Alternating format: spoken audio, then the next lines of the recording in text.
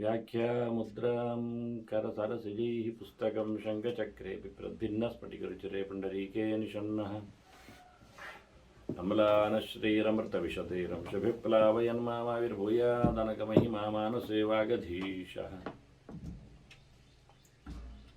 नमस्ते प्राणेश प्रणतविभवाय वनिमगाः नमः स्वामिन् रामप्रियतम नमन् गुरुगुण नमस्तुभ्यं भीमप्रबलतम कृष्णेष्ट भगवन् नमः श्रीमन्मध्वप्रदिश सुदृशन्नो जय जय श्रीगुरुभ्यो नमः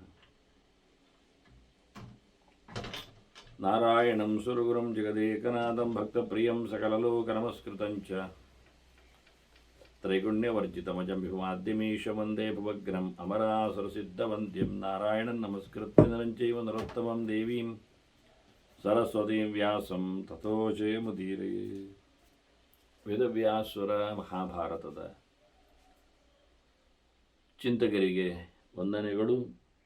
ಅನುಶಾಸನ ಪರ್ವದ 20ನೆಯ ಪ್ರವಚನ. ಜನಮೇಜಯನಿಗೆ ಹಿರಿಯರ ಚರಿತೆ ಅಂತ ಹೇಳಿ ವೈಶಂಪಾಯನರು ವೇದವ್ಯಾಸರ ಶಿಷ್ಯರು ಮಹಾಭಾರತವನ್ನು ಕೊಡಮಾಡಿದ್ದಾರೆ. ಅಲ್ಲಿನ ಚಿಂತನೆಯನ್ನು ಮತ್ತು ಉಗ್ರಶ್ರವಸ್ಸು, ಸೂತ ರೋಮಹರ್ಷಣನ ಮಗ, ಬಲರಾಮನ ಅನುಗ್ರಹಕ್ಕೆ ಪಾತ್ರನಾದವ, ನೈಮಿಷಾರಣ್ಯದಲ್ಲಿ ಶೌನಕರಿಗೆಲ್ಲ ಅವರ ಶಿಷ್ಯಂದಿರಿಗೆ ತಿಳಿಸಿದ್ದಾನೆ. ವೈಶಂಪಾಯನರು ಭೀಷ್ಮನಲ್ಲಿಗೆ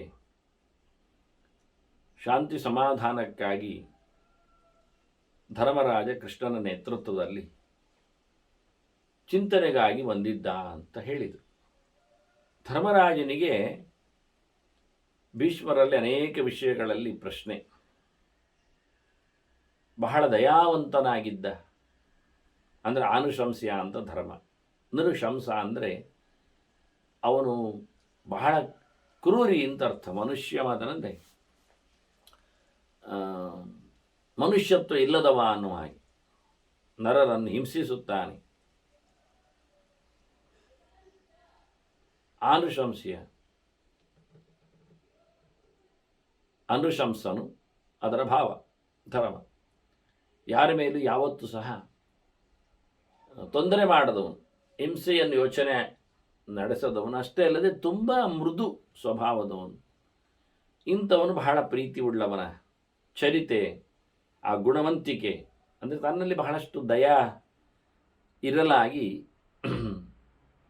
ಅದರ ಬಗ್ಗೆ ಕೇಳಿಕೊಳ್ಳುತ್ತಾನೆ. ಭೀಷ್ಮರು ಅದಕ್ಕೊಂದು ಬಹಳ ಚಂದವಾದ ಇತಿಹಾಸವನ್ನು, ಘಟನೆಯನ್ನು ಹೇಳುತ್ತಾರೆ. ಗಿಳಿಯ ಕತೆ. ಗಿಳಿಯ ಕತೆ ಆದರೂ ಇದರಲ್ಲಿ ಇಂದ್ರನ ಪ್ರವೇಶ ಇದೆ. ಹಾಗಾಗಿ ಇದು ಇಂದ್ರನಿಗೆ ಸಂಬಂಧಪಟ್ಟ ಮಾತುಕತೆ. ಇದು ಕಾಶಿ ಕ್ಷೇತ್ರದಲ್ಲಿ ನಡೆದ ಒಂದು ಘಟನೆ ಅಂತ ಹೇಳ್ತಾರೆ. ಅಲ್ಲಿ ಒಬ್ಬ ಬೇಡ, ಅವನು ನಮಗೆ ಬೇಡ ಕಥೆಯಲ್ಲಿ, ಆದರೆ ಪೀಠಿಗೆಗೆ ಬೇಕಾಗ್ತದೆ. ಅವನು ಪ್ರಾಣಿಯನ್ನು ಹಿಡಿಯಲು ಹೊರಟವ. ಬೇಟೆಗಾರ ಅದೇ ಕೆಲಸ ಅಲ್ಲ. ಆದರೆ ಪ್ರಾಣಿಗೆವ ಅವನಿಗೆ ಗೊತ್ತು, ಎಷ್ಟೋ ಪ್ರಾಣಿಗಳು ತಪ್ಪಿಸಿಕೊಳ್ಳುತ್ತವೆ ಅವನ ಬಾಣಕ್ಕೆ ಗುರಿಯಾಗಿ, ಗಾಯ ಆಗಿ ಓಡಿಬಿಟ್ಟು. ಹಾಗಾಗಿ ಮತ್ತೆ ಇನ್ಯಾರಿಗೂ ಅದು ಉಪಲಬ್ಧಿ ಆಗ್ತದೆ ಕೊನೆಗೆ. ಇವತ್ತಲ್ಲ ಇನ್ನೊಂದು ದಿನ ಯಾವತ್ತೋ ಗಾಯಗೊಂಡದ್ದು. ಇವೇನು ಮಾಡಿದ್ದಾನೆ ಅಂದರೆ, ಹಿಂದಿನವರೆಲ್ಲ ಹಾಗೆ ಬೇಟೆಗಾರರು ಕೆಲವೊಮ್ಮೆ ವಿಷಮಯವಾದ ಬಾಣವನ್ನು ಬಿಡುವ ಕ್ರಮ. ಅದರ ಕೊಂಡಿಗೆ ವಿಷವನ್ನು ಹಾಕಿ ಅದೊಮ್ಮೆ ಪ್ರಾಣಿಗೆ ತಾಗಿದರೆ ಅದು ಗಾಯಗೊಂಡರೂ ಒಂದೊಮ್ಮೆ ನೆತ್ತರಿನಲ್ಲಿ ಸಂಚಾರ ಆಗಿ ಸ್ವಲ್ಪ ಹೊತ್ತಿನಲ್ಲಿ ಅದು ಸಾಯ್ತದೆ. ಹೀಗಾಗಿ ಹಿಂದೆ ವಿಷಪ್ರಯೋಗದ ಒಂದು ಕತೆ ಗೊತ್ತಿತ್ತು ಜನರಿಗೆ. ಇದನ್ನು ಮಹಾಭಾರತದ ದೊಡ್ಡ ಯುದ್ಧದಲ್ಲಿ ಇದನ್ನು ಉಪಯೋಗಿಸಿಕೊಂಡಿದ್ದಾರೆ ಎನ್ನುವುದನ್ನು ನಾನು ಹೇಳಿದ್ದೇನೆ ಕೆಲವೊಮ್ಮೆ ನಡುವೆ. ಅದು ವಿಷವನ್ನು ಮುಳುಗಿಸಿ, ವಿಷದ ಪಾತ್ರೆಗೆ ಮುಳುಗಿಸಿ ಬಾಣದ ತುದಿಯನ್ನು ಬಿಡುವ ಕ್ರಮ. ಅದು ಒಣಗಿರ್ತದೆ, ಅದೇನು ಅವನಿಗೇನು ಹಾರು ಮಾಡುವುದಿಲ್ಲ. ಒಳಗೆ ಹೋದದ್ದು ಇಂಜೆಕ್ಟ್ ಆದ ನಂತರ ಅದು ಅವನನ್ನು ಸಾಯಿಸ್ತದೆ. ಹೀಗೆ ವಿಷದ ಬಾಣವನ್ನು ಅವ ಪ್ರಾಣಿಗಾಗಿ ಬಿಟ್ಟ, ಒಂದು ಪ್ರಾಣಿಗೆ. ಆದರೆ ಮೃಗ ಏನಾಯಿತು, ಅವನ ಆ ಬಾಣವನ್ನು ತಪ್ಪಿಸಿಕೊಂಡಿತು. ಹಾರುವಾಗ ಗುರಿ ತಪ್ಪಿತು. ಆದರೆ ಆ ಬಾಣ ಹೋಗಿ ನೇರ ಮರಕ್ಕೆ ತಾಗಿದೆ. ಒಂದು ಮರ ಅದನ್ನು ಹೊಡೆದಿದೆ. ಹೀಗಾಗಿ ಮರ ಏನಾಯಿತು, ಮರ ಸತ್ತಿತು. ವಿಷ ಇದೆ ಅದರಲ್ಲಿ, ಅಂದರೆ ಮರಕ್ಕೂ ಆ ವಿಷ ತಾಗ್ತದೆ ಅಂತ ಆಯಿತು. ಪ್ರಾಣಿಯ ನೆತ್ತರಿನಲ್ಲಿ ಮಾತ್ರ ಸಂಚಾರ ಮಾಡುವಂಥದ್ದಲ್ಲ, ಮರಕ್ಕೂ ಗಾಯ ಆಯಿತು. ಗಾಯದಿಂದ ಆ ವಿಷ ಅದರನ್ನು ಸಹ, ಅದರ ಸಂಚಾರವನ್ನು, ನೀರ ಸಂಚಾರವನ್ನು, ಬದುಕನ್ನು ಕಸಿದುಕೊಂಡಿತು. ಹೀಗಾಗಿ ಮರ ಒಣಗಿತು, ಸತ್ತಿತು. ಬೀಳುವುದಿಲ್ಲಲ್ಲ ಸಾಮಾನ್ಯವಾಗಿ. ಒಣಗಿದ ಮರವನ್ನು ನಾವು ನೋಡ್ತೇವಲ್ಲ, ಕುತ್ತ ನಿಂತಿರ್ತದೆ ಕೆಲವೊಮ್ಮೆ, ಬಹಳ ಜೋರಾದ ಗಾಳಿಗೆ, ಮಳೆಗೆ ಕೆಲವೊಮ್ಮೆ, ಅಥವಾ ಒಂದೊಂದು ಟೊಂಗೆಗಳನ್ನು ಬಹಳಷ್ಟು ಬ್ರಿಟ್ಲಾದಾಗ ಉದುರಿಸಿಕೊಂಡೆಲ್ಲ ಅದು ಕತೆ ಮಾಡುವುದು. ಇದೆಲ್ಲ ಟೊಂಗೆ ಟಿಸಿಲುಗಳಿದ್ದ ದೊಡ್ಡ ಹೆಮ್ಮರವೇ, ಚಂದವಾದ ಮರ. ಈ ಮರ ಸತ್ತಾದರೆ ಅದರಲ್ಲಿ ಒಂದು ಗಿಳಿ ವಾಸ ಮಾಡಿಕೊಂಡಿತ್ತು. ವಾಸ್ತವವಾಗಿ ಈ ಗಿಳಿಗೆ ಭಾರಿ ಬೇಜಾರ. ಮರ ಒಣಗಿತು, ಬಾಡಿತು, ಸತ್ತಿತು, ಅದರ ಹಸಿರುತನ ಹೋಯಿತು,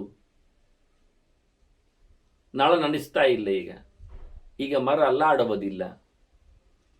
ಈ ಗಿಳಿ ಮರುಗಿತು.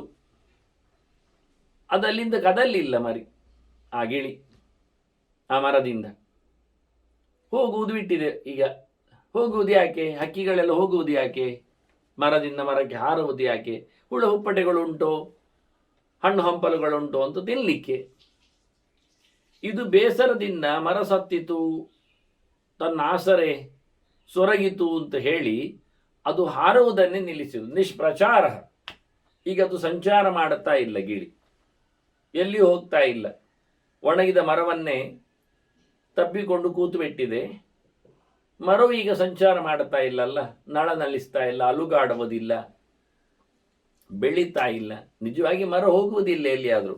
ಆದರೆ ಇದ್ದಲ್ಲಿ ಅದು ಹೋಗ್ತದೆ ಆಚೆ ಈಚೆ, ತನ್ನ ಗೆಲ್ಲುಗಳಲ್ಲಿ, ಎಲೆಗಳಲ್ಲಿ, ಟೊಂಗೆ ಟಿಸಿಲುಗಳಲ್ಲಿ, ಕಿಸಲಯಗಳಲ್ಲಿ ಎಲ್ಲ. ಈಗ ಅದು ಇಲ್ಲ ಆಗಿದೆ. ಅದರ ಸಂಚಾರ, ಅಲುಗಾಟ ಇಲ್ಲದಾಗಲಿಕ್ಕೆ ಹೋಗಿ ಇದು ಸಹ ಸಂಚಾರವನ್ನು ನಿಲ್ಲಿಸಿತು. ಮರವು ನೀರು ಕುಡಿತಾ ಇಲ್ಲ, ಗೊಬ್ಬರ ಎಳಿತಾ ಇಲ್ಲ. ಗೊಬ್ಬರ ಇಲ್ಲ ಆದರೂ ಮಣ್ಣಿನ ಸಾರ ಎಳಿತಾ ಇಲ್ಲ. ಹಾಗಾಗಿ ಇದು ತಿಂತಾ ಇಲ್ಲ, ನಿರಾಹಾರ. ಹಕ್ಕಿಯು ತಿನ್ನುವುದು ಬಿಟ್ಟಿತು. ಮರ ಸೊರಗಿತು, ಇದು ಸೊರಗಿತು, ಗ್ಲಾನ. ಮತ್ತೆ ಶಿಥಿಲವಾಗಪಿ. ಈಗ ಮಾತು ನಿಲ್ಲಿಸಿದೆ ಗಿಳಿ. ಮಾಡಿ ಚಂದ ಕೂಗ್ತದೆ ಅದು. ಈಗ ಕೂಗುವುದು ನಿಲ್ಲಿಸಿದೆ. ತಿನ್ನಿಲ್ಲ, ಕುಡಿಯಲಿಲ್ಲ. ಮರವು ಮಮ್ಮರವಾಗಿ ಮರುಗ್ತಾ ಇರ್ತದೆ. ಕೆಲವೊಮ್ಮೆ ಸದ್ದು ಮಾಡ್ತದೆ ಮರ, ಬಹಳ ಸೈಲೆಂಟ್ ಆಗಿ. ಗಾಳಿಯ ಜೊತೆಯಲ್ಲಿ ಅದು ಓಲಾಡುವಾಗಲೂ ಹೌದು, ಅಲ್ಲದಿದ್ದರೂ ಸುಮ್ಮನೆ ಇದ್ದಾಗಲೂ ಅದು ಸೌಂಡ್ ಮಾಡುತ್ತದೆ. ಅಭ್ಯಾಸ ಇದ್ದವರಿಗೆ ಅರ್ಥ ಆಗುತ್ತೆ ಅದು. ಈ ಮರ ಮಾತು ನಿಲ್ಲಿಸಿದೆ ಹೇಳಿ ಗಿಳಿಯು ಮಾತು ನಿಲ್ಲಿಸಿತು. ಯಾಕೆ ಹೀಗೆ ಅಂದರೆ, ಅದು ಮರದ ಒಟ್ಟಿಗೆ ಬೆಳೆದದ್ದಲ್ಲ, ಅದಕ್ಕೆ ಪ್ರೀತಿಯಾಗಿ. ಕೃತಜ್ಞ ಸಹ ವೃಕ್ಷೇಣ ಧರ್ಮಾತ್ಮ ಸ್ವಪ್ಯಶುಷ್ಯತ. ಅದಕ್ಕಷ್ಟು ಉಂಟ ಕೇಳಿದರೆ ಅದಕ್ಕೆ ಭೀಷ್ಮರು ಹೇಳ್ತಾರೆ, ಅದು ಧರ್ಮಾತ್ಮ ಅಂತ. ಒಳ್ಳೆ ಪುಣ್ಯ ಜೀವಿ ಅದು. ಅದಕ್ಕೆ ಅಷ್ಟು ಪ್ರೀತಿ ಇದೆ. ಉಪಕಾರ ಮಾಡಿದ್ದವನಿಗೆ ಉಪಕರಿಸಬೇಕೆನ್ನತಕ್ಕ ಎಚ್ಚರ. ಹಾಗಾಗಿ ಪ್ರೀತಿಯಿಂದ ಅದು ಸಹ ಮರದ ಜೊತೆಯಲ್ಲೇ ಒಣಗಲಿಕ್ಕೆ ಶುರುವಾಯಿತು. ಊಟ ಇಲ್ಲದೆ, ತಿರುಗಾಟ ಇಲ್ಲದೆ, ಮಾತು ಇಲ್ಲದೆ ಬಾಡಿಕೊಂಡು ಅದು ಸಹ ಸಮಕಲಾಯಿತು. ಇದನ್ನು ಇಂದ್ರ ಗಮನಿಸಿದ.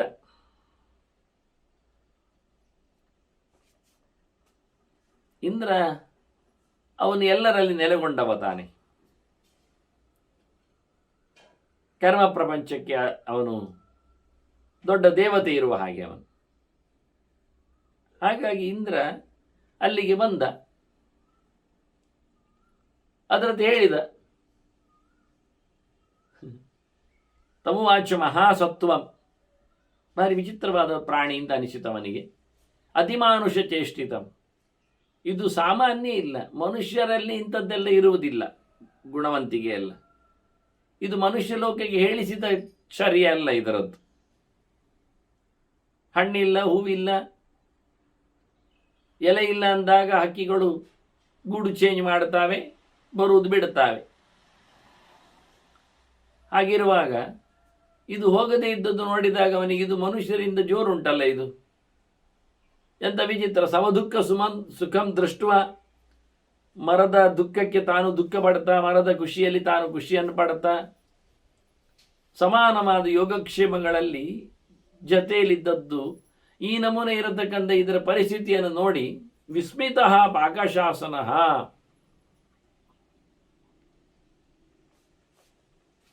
ಅವನಿಗೆ ಆಶ್ಚರ್ಯ ಆಯ್ತಂತೆ. ತಮುದಾರಂ ಮಹಾಸತ್ತಂ ದೃಷ್ಟ, ಬಹಳ ಉದಾರಿಯಾದಂಥ ಹಕ್ಕಿ ಇದು ಅಂತ ಯೋಚನೆ ಮಾಡಿ ಅವನು, ಅಲ್ಲ ಇದು ಪ್ರಾಣಿಯಲ್ಲಿರುವುದು, ಪಕ್ಷಿಗಳಲ್ಲಿರುವುದು ಬಹಳ ಕಷ್ಟದ ವಿಷಯ. ಈ ನಮೂನೆ ತಿರ್ಯಗ್ಯೋನೋ ಅಸಂಭಾವ್ಯಂ ಆನುಶಂಸ್ಯಂ. ಅವನೇನು ಪ್ರಶ್ನೆ ಕೇಳಿಕೊಂಡಿದ್ದ ಧರ್ಮರಾಜ? ಅದುವೇ ಗುಣ, ಬಹಳ ಮೃದುತನ, ಭಾರಿ ಒಂದು ಇನ್ನೊಬ್ಬರ ಮೇಲಿನ ಕಾಳಜಿ, ದಯೆ, ಇದೆಲ್ಲ ಸಾಮಾನ್ಯವಾಗಿ ಯಾರಲ್ಲಿ ಇರುವುದಿಲ್ಲ. ಅದರಲ್ಲಿ ಪ್ರಾಣಿ ಪಕ್ಷಿಗಳಲ್ಲಿ ಅಂತೂ ಇಲ್ಲವೇ ಇಲ್ಲ.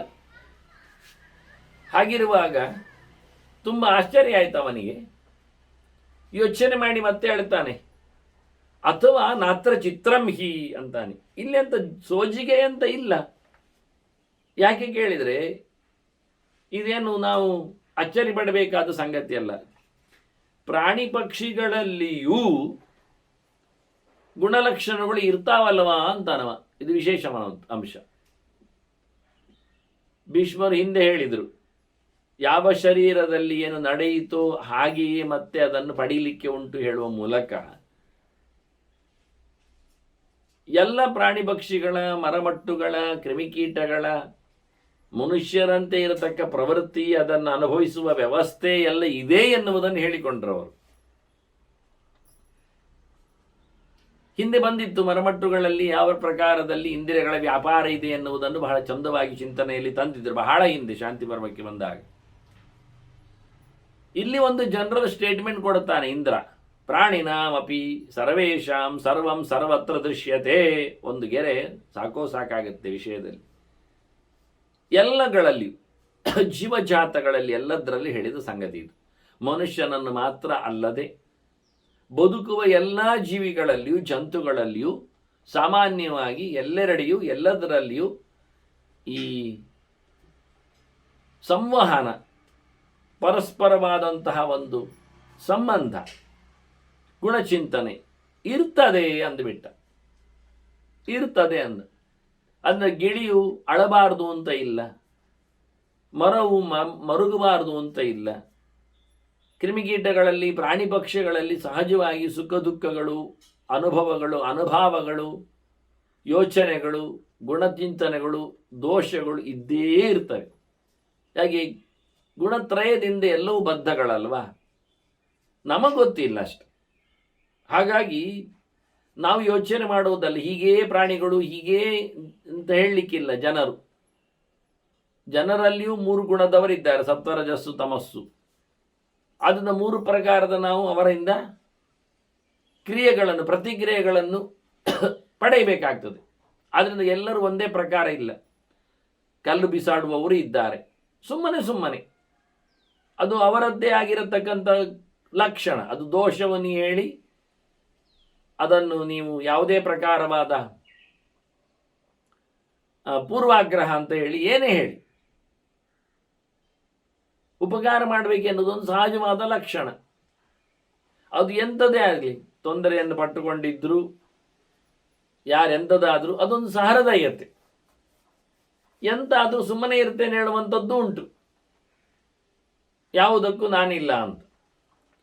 ಆಗ ಸಾಮಾನ್ಯವಾದ, ಈಗ ಬಹಳಷ್ಟು ದೊಡ್ಡ ಮಟ್ಟಿನ ಇದೀಗ ನಡೆದಿರತಕ್ಕಂಥ ಮಧ್ಯದಲ್ಲಿನ ಯುದ್ಧಗಳಲ್ಲಿ ಎಲ್ಲಿಯೋ ಒಂದೆಡೆ ಯಾವುದೋ ಒಂದು ಪ್ರಕಾರದ ಮನುಷ್ಯರು ಅಥವಾ ವಾಹನವೋ ಅಥವಾ ಸಾರಿಗೆಯ ವ್ಯವಸ್ಥೆಯೋ ಅವರೆಲ್ಲೋ ಒಂದು ಕಡೆಯಲ್ಲಿ ಬರ್ತಾ ಇದ್ರು, ಸಿಕ್ಕಿಬಿದ್ರು ಆಗಿಬಿಟ್ರೆ, ಯಾವುದಕ್ಕೋ ಊಟಕ್ಕೋ ಅಥವಾ ಅವರ ವಾಹನದ ತಂಗುದಾಣಕ್ಕೋ, ಹಾಗೆ ಎಲ್ಲೇ ಒಂದು ಕಡೆಯಲ್ಲಿ ಅದಕ್ಕೆ ಆಶ್ರಯವನ್ನು ಅವರು ಕೇಳಿಕೊಂಡ್ರೆ ಸಂಬಂಧಪಡದವರಲ್ಲಿ, ಸಂಬಂಧಪಡುವಲ್ಲಿ, ಆಗ ಅವರೇನು ಹೇಳ್ತಾರೆ, ಇಲ್ಲಿ ಬರಬೇಡಿ, ಇಲ್ಲಿ ಇರಬೇಡಿ, ನಾವು ಯಾರ ಪಕ್ಷದಲ್ಲಿಯೂ ಯಾರ ವಿಷಯದಲ್ಲಿಯೂ ಇಲ್ಲ, ಉದಾಸೀನರು ನಾವು ಅಂತ ಹೇಳಿಕೊಂಡ್ರೆ ಈಗ ಅವರು ಭಾರಿ ಒಳ್ಳೆಯವರಾಗ್ತಾರೆ ನಿಮಗೆ?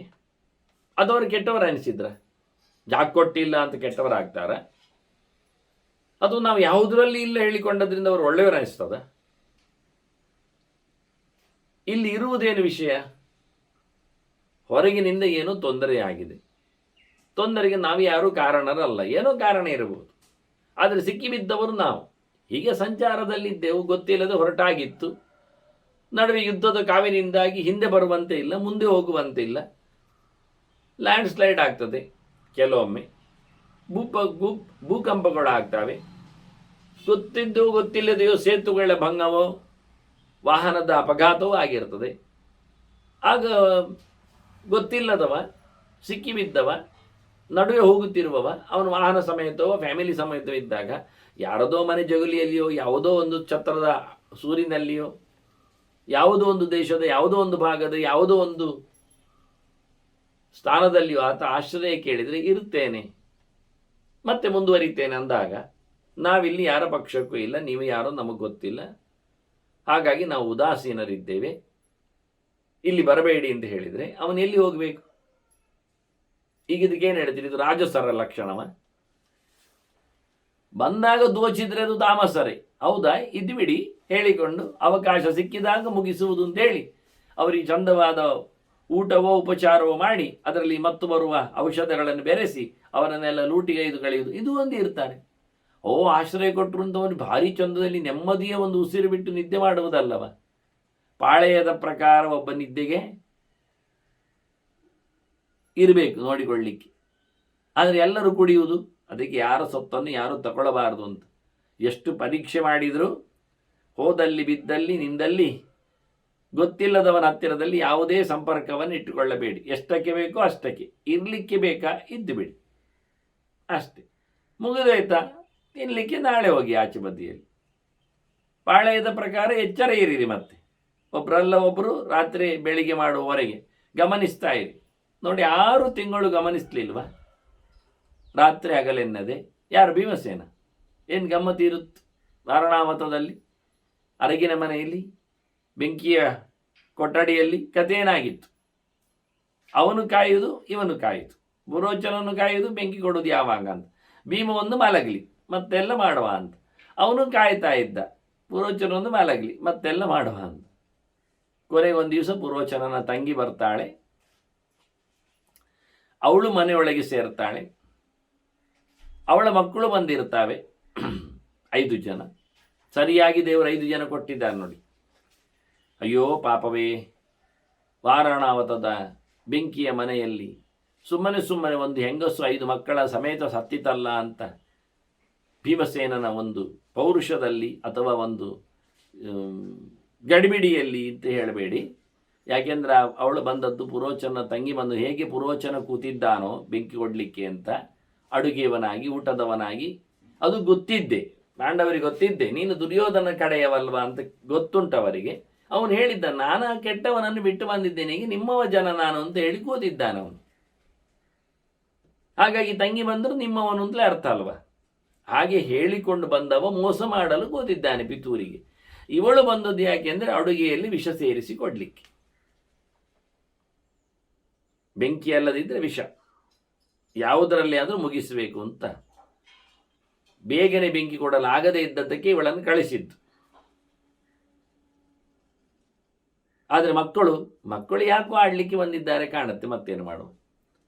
ಆ ತಂಗಿಯ ಗಂಡ ಓಡಿಸಿದ್ನು ಅಥವಾ 5 ಇನ್ನು ಅಲ್ಲಿ ಬಿಟ್ಟು ಬಂದಿದ್ದಾಳೆ, ಇಲ್ಲಿ 5 ಮಾತ್ರ ತಂದದ್ದು, ಅದು ಗಂಡು ಮಕ್ಕಳೇ 5. ಮತ್ತೆ ನೋಡುವಾಗ ನೋಡಿ, ಪೇಪರ್ನವರಿಗೆ ವಿಷಯ ಸಿಗಲಿಕ್ಕೆ ಬಹಳ ಚೆನ್ನಾಗಿತ್ತು ವಾಸ್ತವವಾಗಿ. ಹಾಗೆ ಕಾದು ಕುಳಿತವ, ಅವರು ಗಡ್ದು ಎಲ್ಲರೂ ನಿದ್ದೆ ಮಾಡಿದಾಗ ಭೀಮಸೇನ ತಾನೇ ಬೆಂಕಿ ಕೊಟ್ಟು ಹೊರಗೋದ. ಸಾಯಿಸಲಿಕ್ಕೆ ಬಂದವರು ಅವರೇ ಸತ್ತೋದು. ಆಗ ಜನರಿಗೆ ಒಂದು ಹೆಣ್ಮಗಳು ಸತ್ತಿದ್ದಾಳೆ, ಅದು ಕುಂತಿ ಇರಬೇಕು, 5 ಗಂಡು ಮಕ್ಕಳು ಸತ್ತಿದ್ದಾರೆ, ಅದು ಪಾಂಡವರು ಇರಬೇಕು. ಪುಣ್ಯಕ್ಕೆ ಬೆಂಕಿ ಕೊಟ್ಟ ಪುರೋಚನನು ಹೋಗ್ಲಿಕ್ಕಾಗದೆ ಸತ್ತಿದ್ದಾನೆ, ಸತ್ತೇ ಹೋಗಲಿ ಅಂತ ಶಾಪ ಆಗಿದ್ದು, ಅಷ್ಟೇ ಮುಗಿದೋಯ್ತು. ಮತ್ತೆ ಯಾರಿಗೆ ವಿಷಯ ಗೊತ್ತಿಲ್ಲ, ಮತ್ತದು ಪುಸ್ಸ ಆಗತ್ತೆ. ಅಂತೂ ಭೀಮಸೇನ ಕಾದಿದ್ದ ನೋಡಿ. ಹಾಗಾಗಿ ಮನುಷ್ಯ ಭರವಸೆಯನ್ನು ಪೂರ್ತಿ ಮಾಡಲಿಕ್ಕಿಲ್ಲ, ಆದರೆ ಭರವಸೆ ವಿಶ್ವಾಸ ಇಲ್ಲದೆ ತಂಗಲಿಕ್ಕೂ ಆಗುವುದಿಲ್ಲ. ಹಾಗಾಗಿ ಗುಣತ್ರಯದ ಸ್ವಭಾವದವರು ಇದ್ದೇ ಇದ್ದಾರೆ ಎಲ್ಲಿ ಹೋದರು. ಹಾಗಾಗಿ ಪ್ರಾಣಿ ಪಕ್ಷಿಗಳಲ್ಲಿಯೂ ಕ್ರಿಮಿಕೀಟಗಳಲ್ಲಿಯೂ ಮರಮಟ್ಟುಗಳಲ್ಲಿ ಎಲ್ಲದರಲ್ಲಿಯೂ ಇದೇ ಜೀವರು ಸಂಚಾರ ಮಾಡ್ತಾ ಇರುವುದರಿಂದ ಅವರದ್ದು ಅದೇ ಆಗಿರುತ್ತೆ. ಆದ್ದರಿಂದ ಮರಗಳು ಕೆಲವೊಮ್ಮೆ ವಾಲುವುದು, ಬೀಳುವುದು, ದೂಡುವುದು ಉಂಟು ಅಂತಾಯಿತು. ಕೆಟ್ಟವರು ನೆಟ್ಟ ಮರಗಳು ಕೆಟ್ಟವರಾಗಿ ಬದುಕ್ತಾವೆ ಅಂತ ಅವರಿಗೆ ಹುಟ್ಟು. ಅಂದರೆ ಒಳ್ಳೆಯವರಿಗೆ ಒಳ್ಳೆಯವರು ಹುಡ್ತಾರಲ್ವ, ಕೆಟ್ಟವರಿಗೆ ಕೆಟ್ಟ ಮಕ್ಕಳೇ ಬರೋದಿಲ್ಲ ಅವರ ಪ್ರಾರಬ್ಧದಂತೆ. ಹಾಗಾಗಿ ಕೆಟ್ಟವರು ನೆಟ್ಟ ಮರವು ಕೆಟ್ಟದೇ ಆಗಿರ್ತದೆ. ರಕ್ಕಸ ಮರಗಳೇ ಅದು. ಪಕ್ಕದವರನ್ನು ದೂಡ್ತದೆ, ಇನ್ನೊಬ್ಬರ ಮಂಡೆಗೆ ಹೊಡಿತದೆ, ಮೇಲಿಂದ ಜಾರ್ತದೆ, ಎಲ್ಲ ಮಾಡ್ತದೆ.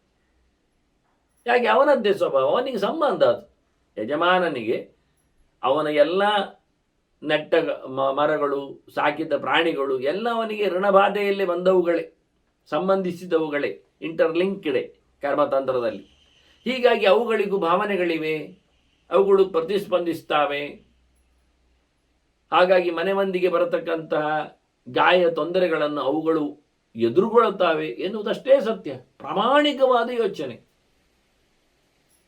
ನಮ್ಮನ್ನು ಸಾಕಿ ಸಲಹುವ ಈ ಮನುಷ್ಯನಿಗೆ ಆಪತ್ತು ಬರಬಾರದು ಅಂತ ಹೇಳಿ ತಾನೇ ಮೈ ಮೇಲೆ ಆಪತ್ತನ್ನು ಹಾಕಿಕೊಳ್ಳುತ್ತದೆ. ಹೀಗಾಗಿ ಎಷ್ಟೋ ಜನರ ಮನೆಯಲ್ಲಿ ಅವರಿಗೆ ಉಪಟಳ ಬರುವ ಮುಂಚೆ ಅಲ್ಲಿನ ಜಾನುವಾರುಗಳು ಸತ್ತದ್ದುಂಟು, ಇನ್ನಿತರ ಪ್ರಾಣ ಅಪಾಯಗಳಾದದ್ದುಗಳಿವೆ. ಇದು ನನಗೂ ಚೆನ್ನಾಗಿ ಅನುಭವಕ್ಕೆ ಇದೆ, ಬಹಳ ಚೆನ್ನಾಗಿ ನೋಡಿಕೊಂಡಿದ್ದೇನೆ. ಎಲ್ಲಿಯೋ ಇರಬೇಕಾದ್ದಲ್ಲ, ನಾವೇನು ಸಾಕಿದ್ದು ಅಲ್ಲ. ಆದರೆ ಮನೆಗೆ ಬೆಕ್ಕುಗಳು ಬರ್ತಾನೆ ಇರ್ತವೆ, ಬಂದಿದೆ. ಇಲ್ಲಿ ಮನೆಯಲ್ಲಿ ಏನು ಹಾಲಿನ ದನ ಏನೂ ಇಲ್ಲ, ಆದರೂ ಅಕ್ಕಪಕ್ಕದ ಬೆಕ್ಕುಗಳು ಬರದೇ ಇರುವುದೇನೂ ಇಲ್ಲ.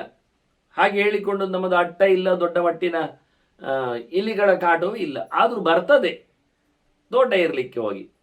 ಹಾಗಾಗಿ ಬೆಕ್ಕು ಬರ್ತದೆ, ಇಲ್ಲಿ ಬರ್ತದೆ, ಇಲ್ಲಿ ಅದು ಬರ್ತದೆ, ಮನೆಯೊಳಗೂ ನಿಲ್ತದೆ. ಎಷ್ಟೋ ಹಠ ಮಾಡಿಕೊಂಡು ತಾನು ನಮ್ಮ ಮನೆಯಲ್ಲಿ ಹೆತ್ತು ಹೋದ ಬೆಕ್ಕುಗಳು ಬೇಕಾದಷ್ಟಿವೆ, ಬೇಡ ಹೇಳಿದರೂ ಕೂತ್ಕೊಳ್ಳುತ್ತವೆ. ಹಾಗೆ ಎಂದೋ ಎಲ್ಲಿಯೋ ಯಾವುದೋ ಕಡೆಯೇನ ಬೆಕ್ಕುಗಳು ಬಂದು 3 ಮರಿ ಹಾಕಿ ಬಹಳ ಚೆನ್ನಾಗಿದ್ದು. ಆದರೆ ಕ್ಷಣ ಮಾತ್ರದಲ್ಲಿ ಒಂದರೆ ಕ್ಷಣ ನಾನೆಲ್ಲೋ ಸರೋವರಕ್ಕೆ ಹೋಗಿ ಸ್ನಾನ ಮಾಡಿ ಬರುವ ಹೊತ್ತಿನಲ್ಲಿ ಆ 3 ಸಂಹಾರ ಮಾಡಿ ಹೋಗಿದೆ. ಯಾವುದೋ ಮಗದೊಂದು ಬೆಕ್ಕಿರಬೇಕು. ಹೀಗೆ ಬೆಳಿಗ್ಗೆ ಹೊರಗೋದಾಗ ಬದುಕಿದ್ದವು, ಒಂದು 10 ನಿಮಿಷದಲ್ಲಿ ಒಳಗೆ ಬಂದಾಗ ಮತ್ತೆ ಸತ್ತಿದ್ದವು. ಅಂಗಳದಲ್ಲೇ, ಹೊರಗಿನ ಬಗೆಯಲ್ಲೇ. ಅಂದರೆ ಬರುವ 3 ಜನರ ಮೃತ್ಯುವನ್ನು ಈ ಪ್ರಾಣಿ ಪ್ರಪಂಚ ಇದನ್ನೆಲ್ಲ ನಾವು ದೈವಜ್ಞರಲ್ಲೆಲ್ಲ ಕೇಳಿಕೊಂಡವರು ಬಹಳ ಚೆನ್ನಾಗಿ ಪ್ರಶ್ನೆ ಇಟ್ಟೆಲ್ಲ ನೋಡಿ ಹೇಳುತ್ತಾರೆ. ವಿಷಯ ಯಾವುದು ಗೊತ್ತಿಲ್ಲದವರಲ್ಲಿ ಕೇಳಲಿಕ್ಕೆ ಹೋಗ್ಬೇಕು, ಚೆನ್ನಾಗಿರುತ್ತೆ. ಆಗ ನಿಜವಾಗಿ ಜ್ಯೋತಿಷವನ್ನು ಕಲಿತವರಿದ್ದರೆ ಅವರು ಗ್ರಹಚಾರವನ್ನು ನೋಡಿಕೊಂಡೆ ಮನೆಯಲ್ಲಿ 4 ಪ್ರಾಣಿನ ಸಾವು ಸಂಭವಿಸಿದೆ ಅಂತಾರವರು. ನೋಡಿಕೊಂಡೆ ಆದದ್ದು ಅಪಘಡಗಳೇನಾಗಿವೆ ಅಂತ ನೋಡಿಕೊಂಡಾಗ ಮೈಮೇಲೆ ಬರತಕ್ಕಂಥ ಅಪಚಾರಗಳು, ತೊಂದರೆಗಳು ಹೇಗೆ ನಿವೃತ್ತಿಗೊಂಡಿವೆ ಎನ್ನುವುದನ್ನು ತೋರಿಸಿಕೊಡುತ್ತಾರವರು. ಇಂಥದ್ದೆಲ್ಲ ಬಹಳಷ್ಟು ಘಟನೆಗಳು ಆಗ್ತಾ ಇರ್ತವೆ. ಅಂದರೆ ಏನಾಯಿತು, ಪ್ರಾಣಿಗಳು, ಮನುಷ್ಯನಿಗೆ ಬರತಕ್ಕಂಥ ಪ್ರಾಣಿಗಳು, ಮರಗಳು ಎರಡೂ ಸಹ ಮನುಷ್ಯನಿಗೆ ಬರತಕ್ಕಂಥ ತಮ್ಮನ್ನು ರಕ್ಷಿಸಿಕೊಳ್ಳುವ, ತಮ್ಮನ್ನು ನೋಡಿಕೊಳ್ಳುವ ಮನುಷ್ಯನಿಗೆ, ಮಾಲಕನಿಗೆ ಆಗತಕ್ಕ ತೊಂದರೆಗಳನ್ನು ಬಹಳ ಚೆನ್ನಾಗಿ ರಹಸ್ಯವಾಗಿ ಮುಂದೆ ಅಡ್ವಾನ್ಸ್ ಹೇಳಿಕೊಂಡಾಗಿ, ಮುಂಚಿತವಾಗಿ ಪುರೋಹಿತ ಆ ಲೆಕ್ಕದಲ್ಲಿ ಅವುಗಳೇ ಪುರೋಹಿತ. ನಿಜವಾಗಿ ಪುರಹ ಅಂದರೆ ಮೊದಲಿಗೆ ಅಂತ, ಮುಂದಾಗಿ ಅವಘಡಗಳು ನಡೆಯುವ ಮುಂಚೆ ಪ್ರಿಕಾಷನರಿ, ವಾಸ್ತವವಾಗಿ ಪ್ರಿಯಾಗಿ ನಮ್ಮನ್ನು ರಕ್ಷಣೆ ಮಾಡುತ್ತವೆ. ಹಾಗಾಗಿ ಇದನ್ನು ಇಂದ್ರನೇ ಹೇಳಿಕೊಂಡ. ಇದವನಿಗೆ ಗೊತ್ತು ಸಂಗತಿಗಳು. ಸಾಮಾನ್ಯವಾಗಿ ಪ್ರಾಣಿನಾಮಪಿ ಸರ್ವೇಶ ಸರ್ವಂ ಸರ್ವತ್ರ ದೃಶ್ಯತೆ, ಎಲ್ಲ ಪ್ರಕಾರವೂ ಕಾಣ್ತದೆ. ಆದ್ದರಿಂದ ನಾಯಿ ಬಿಚ್ಚಿಕೊಂಡು ಹೋಗಿ ಮುಳುಗೆದ್ದು ಬಂದು ಮತ್ತೆ ತಿನಿಸು ತಿನ್ನುವ ಕತೆ ಅದು ಯಾವತ್ತೇನೋ ನೋಡಿಕೊಂಡಾಗ ಅದು ಏಕಾದಶಿ, ಸಂಕ್ರಾಂತಿ, ಅಮಾವಾಸ್ಯೆ, ಹುಣ್ಣಿಮೆ ಮಾತ್ರ ಆಗಿತ್ತು. ಅದಕ್ಕೆ ಹೇಗೆ ಗೊತ್ತು? ಹಾಗಾದರೆ ಒಂದು ವಿಷಯ, ಅದರ ಪಕ್ಕದಲ್ಲಿ ಕೂತು ನಾವು ಪಂಚಾಂಗ ಬರೆಯುವುದು ಒಳ್ಳೆಯದಾ ಅಂತ. ಯಾಕೆಂದರೆ ನಮಗೆ ಕನ್ಫ್ಯೂಸ್ ಕೆಲವೊಮ್ಮೆ ಏಕಾದಶಿ ಯಾವಾಗ ಅಂತ. ಹಾಗಾದರೆ ನಾಯಿ ಏನಿಡಬೇಕು? ಅದು ಯಾವ ದಿನ ಹೋಗ್ತದೆ ಆ ದಿನ ಏಕಾದಶಿ. ಮತ್ತು ಉಳಿದವರಿಗೆ ನಾಯಿ ಜನರಲ್ಲ ಅವರು, ಯಾಕೆ ಅವರು ಏಕಾದಶಿ ಆವತ್ತಲ್ಲ ಬೇರೆ ದಿನ ಮಾಡ್ತಾರೆ, ಗಮ್ಮತ್ತು ಇರ್ತದೆ. ಹಾಗಾಗಿ ಸಂಕ್ರಮಣ ಕೆಲವರಿಗೆ ಚೇಂಜ್, ಅದರಲ್ಲಿ ಹಾಗೆ ಆಗಿಬಿಟ್ಟಿದೆ. ಹೆಸರೇ ಬರೆದಾಗ್ತಾರೆ ಇದು ಸಂಕ್ರಮಣ ಅಂತ, ಇಂಥದ್ದು. ಇಷ್ಟವರೆಗೆ ಮೀನ ಸಂಕ್ರಮಣ, ಮೇಷ ಸಂಕ್ರಮಣ ಎಲ್ಲ ನೋಡಿದ್ದೇವೆ ನಾವು. ಈಗ ಅದೊಂದು ಹೆಸರು ಬರ್ತದೆ, ಸ್ಥಾನಕೃತವಾಗಿ ಬರೆದಾಗಿ ಸಂಕ್ರಮಣ ಅಂತ ಆಗಿಬಿಡ್ತಾರೆ, ಆ ಊರಿನ ಹೆಸರು ಹಾಕಿಕೊಂಡು. ಇದೊಂದು ರೀತಿಯ ಸಂಕ್ರಮಣ, ಹೀಗೊಂದುಂಟ. ಅದು ಕರೆಕ್ಟಾಗಿ ಸಂಕ್ರಮಣದ ದಿನ, ಅಮಾವಾಸ್ಯೆ ದಿನ ಉಂಟೋ ಇಲ್ಲವೋ ಅಮಾವಾಸ್ಯೆ, ಎಲ್ಲ ಸುಳ್ಳು ಸುಳ್ಳು ಹೇಳಿಬಿಡ್ತಾರೆ. ಅವರಿಗೆ ಬೇಕಾದಾಗ ವಾರಕ್ಕೆ ಅನುಗುಣವಾಗಿ ತಿಥಿಯನ್ನು ಅಂಟಿಸ್ತಾರೆ. ಒಟ್ಟು ಜನ ಬರಬೇಕು, ಗಿಮಿಕ್ಸ್ ಮಾಡಬೇಕು, ಹಾಗೆ. ಆದ್ದರಿಂದ ಬಹಳ ಚಂದವಾಗಿ ಪ್ರಾಣಿ ಪಕ್ಷಿಗಳಲ್ಲಿಯೂ, ಕ್ರಿಮಿಕೀಟಗಳಲ್ಲಿಯೂ, ಮರಮಟ್ಟುಗಳಲ್ಲಿಯೂ, ಎಲ್ಲದರಲ್ಲಿಯೂ ಎಲ್ಲ ಪ್ರಕಾರದ ಗುಣಲಕ್ಷಣಗಳು, ಧರ್ಮಗಳು, ಸಾಧನೆಗಳು ಉಂಟೇ ಉಂಟು ಅನ್ನುವುದನ್ನು ಇಂದ್ರ ಕನ್ಫರ್ಮ್ ಮಾಡಿಕೊಂಡು, ಇದು ಅದರ ಚರ್ಯೆಯಿಂದ ಅದಕ್ಕೇನು ಹೇಳಲಿಕ್ಕೆ ಹೋಗಲಿಲ್ಲ, ಯೋಚನೆ ಮಾಡಿಕೊಂಡು ಭೂಮಿಗೆ ಬಂದ. ಇದು ನಡೆದದ್ದು ಇಲ್ಲಿ ಹೇಳಿದ್ನಲ್ಲ, ಕಾಶಿ ಕ್ಷೇತ್ರದ ಘಟನೆ. ತದೋ ಬ್ರಾಹ್ಮಣ ವೇಷೇನ ಮಾನವಂ ರೂಪಮಾಸ್ಥಿತ, ಮನುಷ್ಯನಾದ ಮನುಷ್ಯರಲ್ಲಿ ಬ್ರಾಹ್ಮಣನಾಗಿ ಬಿಟ್ಟ ಬಂದ. ಅವತೀರ್ಯ ಮಹೀಂ ಶಕ್ರ, ಒಬ್ಬರೇ ಬಂದು ಬಿಟ್ಟಿದ್ದಾನೆ. ಅವತೀರ್ಯ ನೋಡಿ, ಅಲ್ಲಿಂದ ಅವನು ಇಳಿಬೇಕಿಲ್ಲಿಗೆ ಭೂಮಿಗೆ, ಸ್ವರ್ಗದಿಂದ ಇಳಿದು ಬಂದ. ಹೋಗಿ ನಿಂತ ಮರದ ಪಕ್ಕದಲ್ಲಿ ಗಿಳಿಯನ್ನು ಕರೆದು ಮಾತಾಡಿದ. ನೋಡಿ, ಕರೆದು ಮಾತಾಡುವ ಕತೆ ಹೇಗಿರ್ತದೆ, ನಮೂನೆ ಹೇಗೆ. ಒಬ್ಬ ಇಂದ್ರ ಬಂದವ, ಒಂದು ಗಿಳಿ ಹತ್ರ ಮಾತಾಡ್ತಾನೆ ಅಂದರೆ ಹೇಗಿರಬೇಡ. ಶುಕಭೋ ಪಕ್ಷಿಣಾಂ ಶ್ರೇಷ್ಠ ದಾಕ್ಷೇಯಿ ಸುಪ್ರಜಾತ್ವಯ. ಓ ಗಿಳಿಯೇ ಕರೆಯೋ ರೀತಿ ನೋಡಿ, ಎಷ್ಟು ಚೆನ್ನಾಗಿದೆ, ಸುಂದರವಾಗಿದೆ. ದೊಡ್ಡ ಹಕ್ಕಿಯೇ, ಅದೇನು ದೊಡ್ಡ ಹಕ್ಕಿ ಏನಲ್ಲ, ಪಕ್ಷಿಗಳಿಗೆ ಶ್ರೇಷ್ಠ ಅಲ್ಲ, ಆದರೆ ಹೇಳಲಿಕ್ಕೆ ಏನು ತೊಂದರೆ ಇಲ್ಲ. ಎಷ್ಟೋ ಸಣ್ಣ ಪುಟ್ಟ ಪಕ್ಷಿಗಳಿಗಿಂತ ದೊಡ್ಡದಲ್ವ ಅದು, ಸಾಪೇಕ್ಷ ಅಲ್ವ ದೊಡ್ಡದು ಎನ್ನುವುದು ಯಾವಾಗಲೂ. ಮುಗಿತದ? ಇಲ್ಲಲ್ಲ. ಹಾಗಾಗಿ ಹೇಳುವುದೇನು ತಪ್ಪಿಲ್ಲಲ್ಲ, ವಚನಕ್ಕಾದರಿದ್ರತ ಅಂತ. ಒಂದು ಗಿಳಿ ಹತ್ತಿರ ಮಾತಾಡಲಿಕ್ಕೆ ಬಂದಾಗ ಒಬ್ಬ ಇಂದ್ರ, ಪೌರುಷವಂತ, ಮೂರು ಲೋಕದ ಒಡೆಯ, ಅವನು ಹೀಗೆ ಮಾತಾಡಬೇಕಾ? ಅದು ಯಾರ ಹತ್ರ ಆದರೂ ಹೇಳಿ ಕಳಿಸಿದ್ನ, ನಾನು ಬರಲಿಕ್ಕೆ ಉಂಟು, ತೋರಣ ಕಟ್ಟಿ, ರೆಡ್ ಕಾರ್ಪೆಟ್ ಎಲ್ಲ ಹಾಕಿ, ಝೀರೋ ಟ್ರಾಫಿಕ್ ಎಲ್ಲ ನಡೆಸಿ, ಎಂಥದಿಲ್ಲ, ಗಮ್ಮತ್ತಿಗೆ ಸೀದಾ ಬಂದ. ಎಷ್ಟು ಚೆನ್ನಾಗಿ ಕರೀತಾನೆ, ಓ ಗಿಳಿಯೇ ನೋಡಿ. ಶುಕಭೋ ಪಕ್ಷಿಣಾಂ ಶ್ರೇಷ್ಠ. ಮತ್ತೊಂದು ಮಾತು ಹೇಳ್ತಾನೆ, ಬಹಳ ಚಂದವಾದ ಪ್ರಿಯವಾದ ಮಾತು. ದಾಕ್ಷೇಯಿ ಸುಪ್ರಜಾತ್ವಯ, ನಿನ್ನ ಗಿಳಿರಾಣಿ ಇದ್ದಾಳಲ್ಲ, ಅವಳು ಒಳ್ಳೆ ಮಕ್ಕಳನ್ನು ಪಡೆದಿದ್ದಾಳಲ್ಲ ನಿನ್ನಿಂದ. ಅವು ಹೇಳೋ ರೀತಿ, ಮನೆ ಮಾಲ್ತೆಯನ್ನು ಕೇಳುವ ಕ್ರಮ. ಹೆಣ್ಣು ಹೇಗಿದ್ದಾಳೆ, ಹೆಂಡತಿ ಹೇಗಿದ್ದಾಳೆ ಪ್ರಶ್ನೆ ಅಲ್ಲ, ನಿನ್ನ ಹೆಂಡತಿ ನಿನ್ನಿಂದ ಒಳ್ಳೆ ಮಕ್ಕಳನ್ನು ಪಡೆದಿದ್ದಾಳೆ. ಒಂದು ಹೆಣ್ಣಾದವಳಿಗೆ ದೊಡ್ಡ ಭಾಗ್ಯ ಕೇಳಿದರೆ ಮಕ್ಕಳನ್ನು ಪಡೆಯುವುದೇ.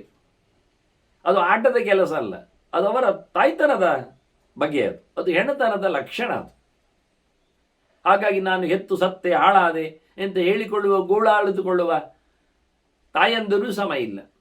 ವಾಸ್ತವವಾಗಿ ಅದನ್ನು ಪ್ರೌಡಾಗಿ ಹೆಮ್ಮೆಯಾಗಿ ತಗೊಳ್ಬೇಕು. ನಾನೇನು ಮೆಷಿನ ಎತ್ತಾಕಲಿಕ್ಕೆ ನಿಮ್ಮದು, ನಾನಿಲ್ಲಿ ಬಂದದ್ದು ಅಂದರೆ ಭೂಮಿಗೆ ಅಂತ ಅರ್ಥ. ಇವರು ಮತ್ತೆ ಎಲ್ಲಿ ಇರ್ತಾರೆ?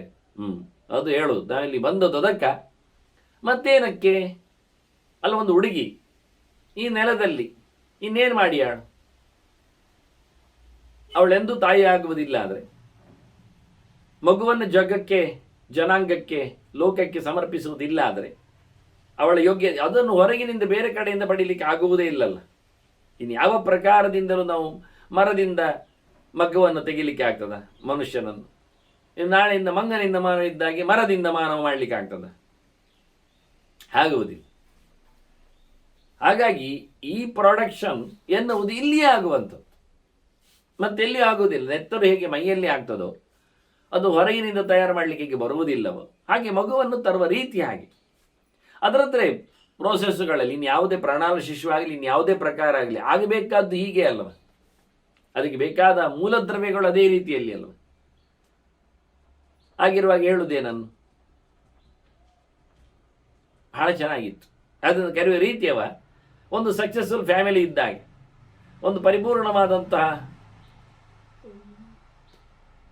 ಮನೆ ಮಂದಿಯ ಕತೆ ಇದ್ದಾಗೆ. ಅದು ದಾಕ್ಷೇಯಿ ಅಂತಾನೆ ಅವನು. ಎಲ್ಲಿ ದಕ್ಷ, ಎಲ್ಲಿ ಗಿಳಿಮರಿ, ಈ ಗಿಳಿರಾಣಿ, ಹೆಣ್ಣು ಗಿಳಿ, ನೀವು ಹೇಳೋ ರೀತಿ ಅವಳಿಗೊಂದು ಹೆಸರು ಕೊಟ್ಟ. ಅದು ನಿಜವಾಗಿ ಯಾವ ಹೆಸರಿತ್ತು, ಗಿಳಿಗೊಂದು ಹೆಸರಿತ್ತ ಯಾರಿಗೊತ್ತು. ಅದು ಗಿಳಿಯನ್ನು ಹೇಗೆ ಕರಿತಿತ್ತೋ ಏನೋ, ನಮಗದು ಗಿಳಿ ಅಂತ ನಾವಿಟ್ಟ ಹೆಸರು ಶುಕ ಅಂತದನ್ನು. ಮನುಷ್ಯನಿಗೆ ಅದನ್ನು ಕರೆಯುವಾಗೆಲ್ಲ ಬಹಳಷ್ಟು ಅರ್ಥ ಹೇಳ್ತಾರೆ ಬೇರೆ ಬೇರೆ ರೀತಿಯಲ್ಲಿ. ಕೆಮ್ಮಿ ಸುಖವನ್ನು ಅನುಭವಿಸುವುದರಿಂದ ಶುಕ ಅಂತ ಕರೀತಾರೆ ಎಲ್ಲ, ಕಷ್ಟ ಇರುವವನು ಅಂತ ಅರ್ಥದಲ್ಲಿ. ಇಲ್ಲಿ ಬಿಡಿ, ಇದಕ್ಕೇನು ನಾವು ಅರ್ಥ ಹಾಕಬೇಕಾಗಿಲ್ಲ. ನಾವು ಶು ಅಂತ ಹೇಳ್ಬೋದು. ಕಾಯನ್ನು ಸುಮ್ಮನೆ ಪ್ರತ್ಯಯ ಇದ್ದಾಗೆ, ಬಾಲ ಬಾಲಕ ಇದ್ದಾಗೆ. ಬಾಲನೇ ಬಾಲಕ, ಸಣ್ಣ ಹುಡುಗ ಅಂತ ಅರ್ಥ. ಕಾ ಹಾಕುವಂಥದ್ದು ಬಹಳ ಸಣ್ಣವ, ತುಂಬ ಎಳೆಯವ ಅಂತ. ಬಾಲ ಅಂದ್ರೇನೆ ಎಳೆಯವ, ಬಾಲಕ ಅಂದರೆ ಭಾರಿ ಎಳೆಯವ ಅಂತ, ತುಂಬ ಚಿಕ್ಕವ ಅಂತ. ಹಾಗೆ ಶುಕ ಅಂದರೆ ಹಾಗೆ, ಶು ಅಂದರೆ ಅಷ್ಟೇ. ಶುಕ ಅಂದರೆ ಬಹಳ ಸಣ್ಣದು ಅಂತ, ಸುಸು ಅಂತ ಹೇಳುವಂಥದ್ದು ಅಂತ ಅಷ್ಟೇ. ತನ್ನಷ್ಟಿಗೆ ಅಲ್ಲಾಡುವಂಥದ್ದು ಅಂತ, ಬಹಳ ಸಣ್ಣ ಪುಟ್ಟದಾದ ಒಂದು ಹಕ್ಕಿ ಅಲ್ವ ಅದು, ಬಹಳ ದೊಡ್ಡ ಮಟ್ಟಿನದ್ದೇನಲ್ಲ. ತುಂಬ ಖುಷಿ ಇರ್ತದೆ, ಆದ್ದರಿಂದ ಶು ಅಂತ ಕರೆದ್ರು. ಶ ಅಂದರೆ ಸುಖ ಅಲ್ವ, ಸುಖವಾಗಿರ್ತದೆ. ಹಾಗಂದ್ರೆ ಕಮ್ಮಿ ಸುಖದಲ್ಲಿ ಇರ್ತದೆ, ಇರಲಿ ಬಿಡಿ. ಆದರೆ ಹೆಂಡತಿ, ಇನ್ನೊಂದು ಗಿಳಿ, ಹೆಣ್ಣು ಗಿಳಿ, ಅದು ಯಾವುದು ಗೊತ್ತಿಲ್ಲ. ಆದರೆ ಇವನಿಗೆ ಇಂದ್ರನಿಗೆ ಗೊತ್ತಿದೆ. ಹಾಗಾಗಿ ಇವನು ಹೇಳಿಬಿಟ್ಟ, ದಾಕ್ಷೇಯಿ ಅಂದ. ಹೆಸರಲ್ಲದು, ಅದು ದಕ್ಷನ ವಂಶದಲ್ಲಿ ಬಂದವಳು ಅಂತ. ಅಂದರೆ ಹಕ್ಕಿಗಳೆಲ್ಲ ಹುಟ್ಟಿದ್ದು ದಕ್ಷನಲ್ಲಿ ಅಲ್ವಾ, ದಕ್ಷನ ಮಗಳಂದಿರಲ್ಲಿ ಹುಟ್ಟಿದ್ದೆಲ್ಲ. ದಕ್ಷನಿಗೆ ಬಹಳಷ್ಟು ಮಗಳಂದಿರು, 60 ಮಗಳಂದಿರು. ಅದರಲ್ಲಿ ಕಶ್ಯಪನಿಗೆ 13 ಕೊಟ್ಟಿದ್ದವ. ಕಶ್ಯಪರಲ್ಲಿ ಎಲ್ಲ ವಂಶ ಬಿತ್ತರಾದದ್ದು. ಹಕ್ಕಿಗಳು ಹುಟ್ಟಿದ್ದು, ಜಲಚರಗಳು ಹುಟ್ಟಿದ್ದು, ಪ್ರಾಣಿಗಳು ಹುಟ್ಟಿದ್ದು, 2 ಪ್ರಕಾರದ್ದು. ಅಂದರೆ 2 ಗೊರಸಿದ್ದು, 1 ಗೊರಸಿದ್ದು ಅಂತ ಹೇಳಿಕೊಳ್ಳುವ ಹಾಗೆ ಅಲ್ಲ, ಪ್ರತ್ಯೇಕವಾಗಿ ಒಬ್ಬೊಬ್ಬರಲ್ಲಿ. ಹಾಗಾಗಿ ಇವರೆಲ್ಲ ಹಕ್ಕಿಗಳು, ಗರುಡನ ಪ್ರಪಂಚ ಎಲ್ಲ ಬಂದ ಹಾಗೆ, ತಾರಕ್ಷ್ಯ ಪ್ರಪಂಚದಲ್ಲಿ ಬಂದ ಹಾಗೆ ವಿಷಯಗಳು. ಪತಂಗಿ, ಯಾಮಿನಿ ಅಂತೆಲ್ಲ ಹುಡುಗಿಯರು ಅವನದ್ದು. ಹಾಗಾಗಿ ದಕ್ಷನ ಮಗಳು ಅಂತ ಕರೆದು ಬಿಟ್ಟ. ಕಶ್ಯಪರಲ್ಲಿ ಬಂದಾಗೆ ತಾರಕ್ಷ್ಯ ಅಂತ ಒಬ್ಬ ಋಷಿಗೆ 4 ಹುಡುಗಿಯರು ಕೊಟ್ಟಿದ್ದ, ವಿನತ, ಕದ್ರು, ಪತಂಗಿ, ಯಾಮಿನಿ ಅಂತ. ಹಾಗಾಗಿ ಪತಂಗದಲ್ಲಿ ಹಾತೆಗಳೆಲ್ಲ ಬಂದಿವೆ, ಯಾಮಿನಿಯಲ್ಲಿಯೂ ಬಂದಿವೆ. ಹೀಗಾಗಿ ಇಂಥದ್ದೆಲ್ಲ ಶಲಭ ಮುಂತಾದವುಗಳು. ಹಾಗೆ ಇದನ್ನೆಲ್ಲ ಕರೆದು ಬಿಟ್ಟವ. ದಕ್ಷನ ಮಗಳ ವಂಶದಲ್ಲಿ ಬಂದವಳಲ್ವ ಇವಳು, ಚೆನ್ನಾಗಿದ್ದಾಳೆ, ಒಳ್ಳೆ ಮಗುವನ್ನು ಹೆತ್ತು ಕೊಂಡವಳು, ಒಳ್ಳೆ ಮಕ್ಕಳುಳ್ಳವಳು. ಪೃಚ್ಛೇ ತ್ವಾಂ ಶುಕಮೇನಂ ತ್ವಂ ಕಸ್ಮಾನ್ನ ತ್ಯಜಸಿದ್ರುಮಂ. ಓ ಗಿಳಿಯೇ, ನಾನು ನಿನ್ನನ್ನು ಕೇಳ್ತಾ ಇದ್ದೇನೆ. ಮತ್ತೆ ಹೇಳ್ತಾನೆ, ಓ ಗಿಳಿಯೇ ನಿನ್ನನ್ನು ಕೇಳುವುದು ಅಂತ, ಗಿಳಿಯನ್ನು ಅಂತ ಹೇಳಿ. ಯಾಕೆಂದರೆ ಅವನಿಗೆ ಉತ್ತರ ಕೊಡಬೇಕದು. ಹೊಸ ಬೈವ, ಇಲ್ಲೇ ಇದ್ದವನೇನಲ್ಲ. ಅದನ್ನು ಹಕ್ಕಿಗಳು ಕೂಡಲೇ ಮಾತಾಡುವುದಿಲ್ಲ ಕೆಲವೊಮ್ಮೆ, ಅಭ್ಯಾಸ ಇಲ್ಲದವರಿಗೆ. ಆದರೆ ನಾನು ಹೇಳಿದ್ನಲ್ಲ, ಎಲ್ಲ ವಿಷಯಗಳು ಅವರಿಗೆ ಗೊತ್ತಿರೋದ್ರಿಂದ ಮನುಷ್ಯನನ್ನು ಯೋಚನೆ ಮಾಡ್ತವೆ, ಗೊತ್ತು ಮಾಡಿಕೊಳ್ತವೆ, ಪರಿಚಯ ಇಲ್ಲ ಅಂತೇನಲ್ಲ. ಹಾಗಾಗಿ ಬ್ರಾಹ್ಮಣನಾಗಿ ಬಂದದ್ರಿಂದ ಮಾತಾಡಬೇಕು ಅಂತ ಗೊತ್ತಿದೆ. ಇಲ್ಲೊಂದು ಕಡೆ ನಮ್ಮ ಸಂಬಂಧಿಗಳ ಮನೆಯಲ್ಲಿ ಮೊಸರಾಲ್ನಲ್ಲಿ ಅಲ್ಲಿ ಜೋರು ನಾಯಿ ಇದೆ. ಅವರಿಗೆ ಅದು ಬೇಕಾಗತ್ತೆ. ಅಲ್ಲಿ ಅದು ಕೋಣೆ ಒಳಗೆ ಹಾಕಿರ್ತಾರೆ, ಅದರದ್ದೇ ಕೋಣೆ ಎಲ್ಲ ಉಂಟಲ್ಲ. ಅವ್ರ ಮನೆಗೆ ಯಾರಾದರೂ ಬಂದರೆ ಅದು ಕೂಗ್ತದೆ. ಅದು ಮಾಮೂಲಿ, ನಾಯಿ ಕೂಗುವುದು ಉಂಟಲ್ಲ. ಆದರೆ ಅವ್ರು ಹೇಳಿದ್ದು, ಅದೇ ಬಟ್ಟೆ ಹಾಕಿಕೊಂಡು ಬಂದವರಿಗೆ ಕೂಗುವುದಿಲ್ಲ ಅಂತೆ. ಅದು ಪ್ಯಾಂಟ್ ಶರ್ಟ್ ಎಲ್ಲ ಹಾಕಿದವರಿಗೆ ಮಾತ್ರ. ನಾನೊಮ್ಮೆ ಹೋಗಿದ್ದೆ ಅಲ್ಲಿಗೆ. ಆಗ ನಾನು ಹೇಳಿದೆ, ಇಲ್ಲಿ ನಾಯಿ ಉಂಟದು ಕೂಗ್ತಾ ಇಲ್ಲ, ನೀವೆಲ್ಲಿದ್ದೀರಿ ಅಂತ. ನಾನು ಹೇಳದೆ ಹೋಗಿದ್ದೆ ಅಲ್ಲಿ ಒಮ್ಮೆ. ಅವ್ರು ಹೇಳ್ತಾರೆ, ನಾಯಿ ಅದು ಕೂಗುವುದಿಲ್ಲ, ನಿಮ್ಮನ್ನು ನೋಡಿದ್ರೆ ಕೂಗುವುದಿಲ್ಲ ಹೇಳ್ತದೆ. ನೋಡಿ, ನಾವು ಬೇರೆ ಇದ್ದೇವೆ. ಯಾಕೆ ಹೇಳಿದದ್ದು, ಬಟ್ಟೆ ಹಾಕಿಕೊಂಡ್ರೆಲ್ಲ ಅದಕ್ಕೆ ಗೊತ್ತುಂಟು, ಸೈಲೆಂಟ್. ಬ್ರಾಹ್ಮಣ ವೇಷಕ್ಕೆ ನಾಯಿಯು ಬೆಲೆ ಕೊಡ್ತದೆ, ವೇಷಕ್ಕೆ. ಅದು ವೇಷ ಮಾತ್ರ ಅಲ್ಲ, ಅದಕ್ಕೆ ಭಾವನೆಗಳು ಗೊತ್ತು. ನಾನು ಸಾಮಾನ್ಯ ಯಾವುದಕ್ಕೂ ಯಾವುದೇ ರೀತಿಯಾದ ಹಿಂಸೆ ಭಾವನೆಯನ್ನು ಮಾಡಿದವಲ್ಲ. ಹಾಗಾಗಿ ನಂತರ ಯಾವುದೇ ಪ್ರಾಣಿಗಳೆಲ್ಲ ಮಾತಾಡಲಿಕ್ಕೆ ಬರ್ತವೆ. ಕಾಲಿಟ್ಟರು ನಾನು ಇರುವೆಯನ್ನು ಅಪ್ಪಚ್ಚಿ ಮಾಡೋದಿಲ್ಲ ಕೆಲವೊಮ್ಮೆ, ಅಷ್ಟು ಚೆನ್ನಾಗಿ ನಡೀತೇನೆ. ಅದು ಇರುವೆಗಳಿಗೂ ಗೊತ್ತು, ಅದಿರಲಿ, ಗಾಡ್ ಗಿಫ್ಟ್ ಇದ್ದಾಗೆ. ಹಾಗಾಗಿ ಇಲ್ಲಿ ಬಹಳ ಸುಂದರವಾಗಿ ಶುಕನ ಹತ್ರ ಮತ್ತೆ ಹೇಳ್ತಾರೆ, ಹೋಗಿ ಇಳಿ, ನಿನ್ನನ್ನು ನಾನು ಮಾತಾಡಿಸು. ನೀನೇಕೆ ಮರವನ್ನು ಬಿಡುವುದಿಲ್ಲ, ನೀನೇಕೆ ಮರ ಬಿಟ್ಟು ಹೋಗಲಿಲ್ಲ, ಅವನ ಪ್ರಶ್ನೆ. ಅಲ್ಲ, ಇಂದ್ರನಿಗೂ ಸಂಬಂಧ ಉಂಟು. ಯಾಕೆಂದರೆ ಅವನು ಮಳೆ ಕೊಡುವವ, ಮಳೆಯಿಂದ ಮರ ಬೆಳೆಸುವವ. ಒಂದು ಲೆಕ್ಕದಲ್ಲಿ ಮಳೆಯನ್ನೆಲ್ಲ ಹಿಡಿದಿಡುವವಳು ಮರಗಳೇ ವಾಸ್ತವವಾಗಿ. ಇಲ್ಲಿ ಮರ ಸತ್ತಿದೆ ಎನ್ನುವುದು ಸತ್ಯ, ಸತ್ತದ್ದು ವಿಷದಿಂದ. ಹಾಗಾಗಿ ಅವನಿಗೂ ಒಂದು ಲೆಕ್ಕದಲ್ಲಿ ಲಾಸ್ ಇದ್ದಾಗೆ. ಮಳೆಯಿಂದ ಬೆಳೆಯುವ ಒಂದು ಮರ ಒಂದು ಮುರಿದಾಗೆ ಆಯ್ತು ಅವನಿಗೆ. ಅದರಿಂದ ಈ ಗಿಳಿ ಹೋಗೋದು ನೋಡಿ ಗಿಳಿ ಹತ್ರ ಹೇಳಿದ, ನೀನು ಏಕೆ ಮರವನ್ನು ಬಿಡ್ತಾ ಇಲ್ಲ? ಗಮ್ಮತ್ತು ನೋಡಿ ಆ ಗಿಳಿದ್ದು. ಅದು ತಲೆ ಬಗ್ಗಿಸಿ ನೋಡಿ, ಅದಕ್ಕೆ ತಲೆ ಬಗ್ಗಿಸೋದು ಗೊತ್ತುಂಟು. ಮೂರ್ನ ಸಮವಿವಾದ್ಯತಂ, ಮಂಡೆ ಬಗ್ಗಿಸಿ ನೋಡಿ, ಯಾವುದಕ್ಕೂ ಮಂಡೆ ಉಂಟು ನೋಡಿ. ಮಂಡೆ ಎಲ್ಲರಿಗೂ ಇರ್ತದೆ ರೀ, ಒಳಗೆ ಮಂಡೆ ಇರಬೇಕಲ್ಲ, ಅದು ಸತ್ಯವೇ. ಹಾಗಾಗಿ ನೋಡಿ, ತಲೆ ಬಗ್ಗಿಸಬೇಕು ಅಂತ ಗೊತ್ತುಂಟು ಅದಕ್ಕೆ. ತನ್ನ ಹತ್ರ ಮಾತಾಡಿದ್ದು ಗೊತ್ತಾಗಿ ಗಿಳಿ ತಲೆಯನ್ನು ಕೆಳಗೆ ಮಾಡಿತ್ತಂತೆ. ಯಾವುದೇ, ಅದೇ ಇದನ್ನು ಹೇಳ್ದು, ಪ್ರಾಣಿ ಪ್ರಪಂಚ ಅಂದರೆ ಮರಮಟ್ಟುಗಳಾಗಲಿ ಕ್ರಿಮಿಕೀಟಗಳಾಗಲಿ ಅವುಗಳಿಗೆ ಸ್ಪಂದನೆ ಉಂಟು ಅಂದ ತಕ್ಷಣ ಮೊದಲಿಗೆ ಗೌರವ ಕೊಡುವ ಅಭ್ಯಾಸ ಉಂಟಾ ಅಂತ ಕೇಳಿ. ಕೈ ಮುಗಿಲಿಕ್ಕೆ ಕೈ ಉಂಟಾ? ಇಲ್ಲ. ಹಾಗಾಗಿ ನಮಸ್ತೆ ಹೇಳಲಿಕ್ಕೆ ಬಾಯಿ ಉಂಟಾ ಅಂದರೆ ಬಾಯಿ ಇದೆ, ಸೌಂಡು ಇಲ್ಲ, ಶಬ್ದ ಪ್ರಪಂಚ ಇಲ್ಲ. ಮತ್ತೇನು ಮಾಡಲಿಕ್ಕೆ ಬರ್ತದೆ? ಎಲ್ಲದಕ್ಕೂ ತಲೆ ಬಗ್ಗಿಸಲಿಕ್ಕೆ ಬರ್ತದೆ. ಮರಮಟ್ಟಿಗಳಿಗೂ ತಲೆ ಉಂಟು, ಅದಾಗ್ತದೆ, ಆಗಿದೆ, ಗಮದುಂಟು. ಕೃಷ್ಣ ವೃಂದಾವನದಲ್ಲಿ ಬಲರಾಮನ ಹತ್ರ ಹೇಳುದು, ಇಲ್ಲಿ ಬಾ ಅಣ್ಣ, ನೋಡು ಮರಗಳೆಲ್ಲ ಹಣ್ಣು ಹಂಪಲು ಹಿಡ್ಕೊಂಡು ನಿನ್ನ ಹತ್ರ ಬಗ್ತಾ ಉಂಟು ನೋಡು, ತಿನ್ನಬೇಕು ತಗೊಳ್ಬೇಕು ಅಂತ. ಅದು ಒಂದು ದೃಷ್ಟಿಯಿಂದ ಸಾಹಿತ್ಯಿಕವಾಗಿ ಹೇಳಿಕೊಂಡಾಗ ಹಣ್ಣು ಹಂಪಲುಗಳಾದರೆ ಟೊಂಗೆ ಟಿಸಿಲುಗಳು ಭಾರದಿಂದ ಬಗ್ತಾವೆ ಅಂತ ತನ್ನಷ್ಟಕ್ಕೆ. ಹೌದೌದು, ತೆಂಗಿನ ಮರ ಬಗ್ತದೆ. ನಮ್ಮ ಮನೆಯಲ್ಲಿ ಒಂದು ತೆಂಗಿನ ಮರ ಇದೆ, ಅದು ವರ್ಷ ಆದರೂ ಇಟ್ಕೊಂಡಿರ್ತದೆ, ಕೆಳಗೆ ಬೀಳಿಸುವುದಿಲ್ಲ. ಹಾಗಂತ ಬೀಳದೇ ಇರುವುದಲ್ಲ, ಬೇಕಾದರೆ ಥೆರಪಿಗಾಗಿ ಬೀಳಿಸ್ತದೆ. ಒಂದೆರಡು ಸರ್ತಿ ಆಗಿದೆ ಘಟನೆಗಳು. ನನಗೆ ಹುಷಾರಿಲ್ಲದಿದ್ದಾಗ, ಯಾವ ಮದ್ದು ಆಗದೇ ಇದ್ದಾಗ ಸುಮಾರು ವೈದ್ಯರಲ್ಲಿ ಮಾತಾಡಿದೆ. ಹಾಗೀಗೆ ಅಂತ ಹೇಳಿದರು ಅವರು. ಎಂತ ಚೆಕಪ್ ಮಾಡಿದವ್ರಿಗೆ ಗೊತ್ತಾಗಲಿಲ್ಲ. ಈ ಮರ ನನಗೆ ದಿನಕ್ಕೆ 2 ಅದೊಂದು ರೀತಿಯ ಕಾಯಿ, ಅದು ಪೂರ ಹಣ್ಣು ಅಲ್ಲ, ಪೂರ ಎಳೆಯಿತ್ತು ಅಲ್ಲ, ಆ ರೀತಿಯಾಗಿ ದಿನಕ್ಕೆ 2 ಹಣ್ಣನ್ನು ಬೀಳಿಸಿಕೊಂಡು ನಾನು ತಿನ್ನುವುದು ಕನ್ಫರ್ಮ್ ಮಾಡಿ ಮತ್ತೆ ಪುನಃ ಬೀಳಿಸಿ, ಈಗ ನನಗೊಂದು ವಾರದ ಟ್ರೀಟ್ಮೆಂಟ್ ಕೊಟ್ಟು ಚೆನ್ನಾಗಿ ಆಯಿತು. ಅದ್ಭುತವಾದ ಥೆರಪಿ. ಹಾಗೆ ಮಗದೊಂದು ಬಾರಿ ಅಂಥದ್ದು ನಡೆದಿದೆ. ಇದು ಒಮ್ಮೆನೇ ಆದದ್ದು ಅಂತಲ್ಲ, ಇದು ಯಾಕೋ ಆಯಿತು. ಆಗ ನೀರಿನ ವಾತಾವರಣ ಹೆಚ್ಚು ಕಡಿಮೆಯಲ್ಲಿ ಆಗಿರಬೇಕು, ಒಂದು ವಾರದಲ್ಲಿ ಆಗಿರಬೇಕು, ಯೋಚನೆ ಮಾಡ್ಬೋದು ನಾವು, ಕೋಇನ್ಸಿಡೆನ್ಸ್ ಅಂತ ಹೇಳಬಹುದು. ಅಲ್ಲ ಅಲ್ಲ ಅಲ್ಲ, ಮಗದೊಮ್ಮೆ ಎಷ್ಟೋ ವರ್ಷದ ನಂತರ. ಇದನ್ನು ಎಷ್ಟೋ ಜನರು ನಾನು ಕತೆ ಹೇಳಿದ್ದೇನೆ, ಕಳಿಸಿದ್ದೇನೆ. ಇದು ರೀಸೆಂಟ್ಲಿ ಮತ್ತು ಇತ್ತೀಚೆಗೆ 1-2 ತಿಂಗಳ ಹಿಂದೆ ಇದೇ ರೀತಿ ಆಯಿತು. ಪರಿಸ್ಥಿತಿ ಬೇರೆ ಇತ್ತು ಆಗ. ಹಾಗೇನು ಇಷ್ಟು ಉದ್ದದ ಥೆರಪಿ ಏನಿರಲಿಲ್ಲ, 1-2 ದಿನ ಥೆರಪಿಯಲ್ಲಿ ಮುಗಿದೋಗಿದೆ ಅದು ಕತೆ. ಆದ್ರೆ ಮಾಡಿದ್ದು ಅದೇ ಕತೆ, ಅದೇ ರೀತಿ ಅದ್ಭುತವಾಗಿತ್ತು. ಮಾತ್ರ ಅದು ಸ್ವಲ್ಪ ವ್ಯತ್ಯಾಸ. ಇಲ್ಲಿ ಆದರೆ ಕಂಪ್ಲೀಟ್ ಎಳೆತ್ತೆ, ಹಿಂದಿನ ಆಗಲ್ಲ. ಅದು ಹಿಂದಿನ ಟ್ರೀಟ್ಮೆಂಟಲ್ಲಿ, ಇದು ಬೇರೆ ಟ್ರೀಟ್ಮೆಂಟ್. ವೈದ್ಯರ ಹತ್ರ ನಾನು ಮತ್ತೆ ಕನ್ಫರ್ಮ್ ಮಾಡಿದ್ದು, ಇದು ಆಗುತ್ತೆ ಅಂತ ಮುಗಿದೋಯ್ತು ಒಂದೇ ದಿನದಲ್ಲಿ ಕತೆ. ಇದು ನೆನಪಿಸುವ ರೀತಿಗಳು. ಹಾಗಾಗಿ ಮಂಡೆ ಬಗ್ಗಿಸುವುದಿಲ್ಲ ಅಂತಲ್ಲ, ಆಗತ್ತೆ, ಇಲ್ಲ ಅಲ್ಲ, ಅವುಗಳಿಗೂ ಗೊತ್ತಿದೆ. ಹಾಗಾಗಿ ಬಹಳ ಚಂದವಾಗಿ ಬಲರಾಮ ನಲ್ಲಿ ಕೃಷ್ಣ ಹೇಳುತ್ತಾರೆ, ನೋಡು ನಿನ್ನ ಸ್ವಾಗತಕ್ಕಾಗಿ ಹಣ್ಣು ಹಂಪಲುಗಳನ್ನು ಮರಮಟ್ಟುಗಳು ತಾವಾಗಿಯೇ ಬಗ್ಗಿ ತೋರಿಸ್ತಾ ಇವೆ ಅಂತ. ಹಾಗಾಗಿ ಈ ಹಕ್ಕಿ ಚೆನ್ನಾಗಿ ತಲೆ ಬಗ್ಗಿಸಿತು ಗಿಳಿರಾಯ. ಮತ್ತೆ ಹೇಳುತ್ತದೆ, ಈಗ ಗಿಳಿಗೆ ಮಾತಾಡಲಿಕ್ಕೆ ಬರ್ತದೆ, ಅದೊಂದು ವಿಷಯ. ಉಳಿದವರಿಗೆ ಆದರೆ ಮಾತಾಡಲಿಕ್ಕೆ ಬರುವುದಿಲ್ಲ ಎನ್ನುವುದು ಸತ್ಯ. ಗಿಳಿಗೆ ನಾಲಿಗೆ ಇದೆ, ಉಳಿದ ಹಕ್ಕಿಗಳಲ್ಲಿ ಕೊಕ್ಕು ಮಾತ್ರ ಇರುವುದು. ನಾಲಿಗೆ ಉಳ್ಳ ಹಕ್ಕಿಗಳು ಕೆಲವು ಇವೆ, ಗಿಳಿ ಮಾತ್ರ ಅಂತಲ್ಲ, ಅವುಗಳು ಮಾತಾಡ್ತವೆ. ಆದ್ರಿಂದ ಇದು ಹೇಳ್ತದೆ, ಸ್ವಾಗತಂ ದೇವರಾಜತ್ವಂ. ನೋಡಿ, ಬಹಳ ಚಂದವಾಗಿ ಹೇಳಿತು. ಏ ಇಂದ್ರನೇ, ಅರಸನೇ, ದೇವತೆಗಳ ಒಡೆಯನೇ, ನಿನಗೆ ಸ್ವಾಗತ. ಅದಕ್ಕೆ ಮಾತಾಡಲಿಕ್ಕೆ ಸರಿ ಬರ್ತಾ ಇಲ್ಲ. ಯಾಕೆ ಬರ್ತಾ ಇಲ್ಲ ಅಂದರೆ ಅದು ನೀರು ಕುಡಿತಾ ಇಲ್ಲ, ಆಹಾರ ತಿಂತಾ ಇಲ್ಲ, ತುಂಬ ಸೊರಗಿದೆ. ಆದರೂ ಇವನಿಗೆ ಆಗುವಾಗ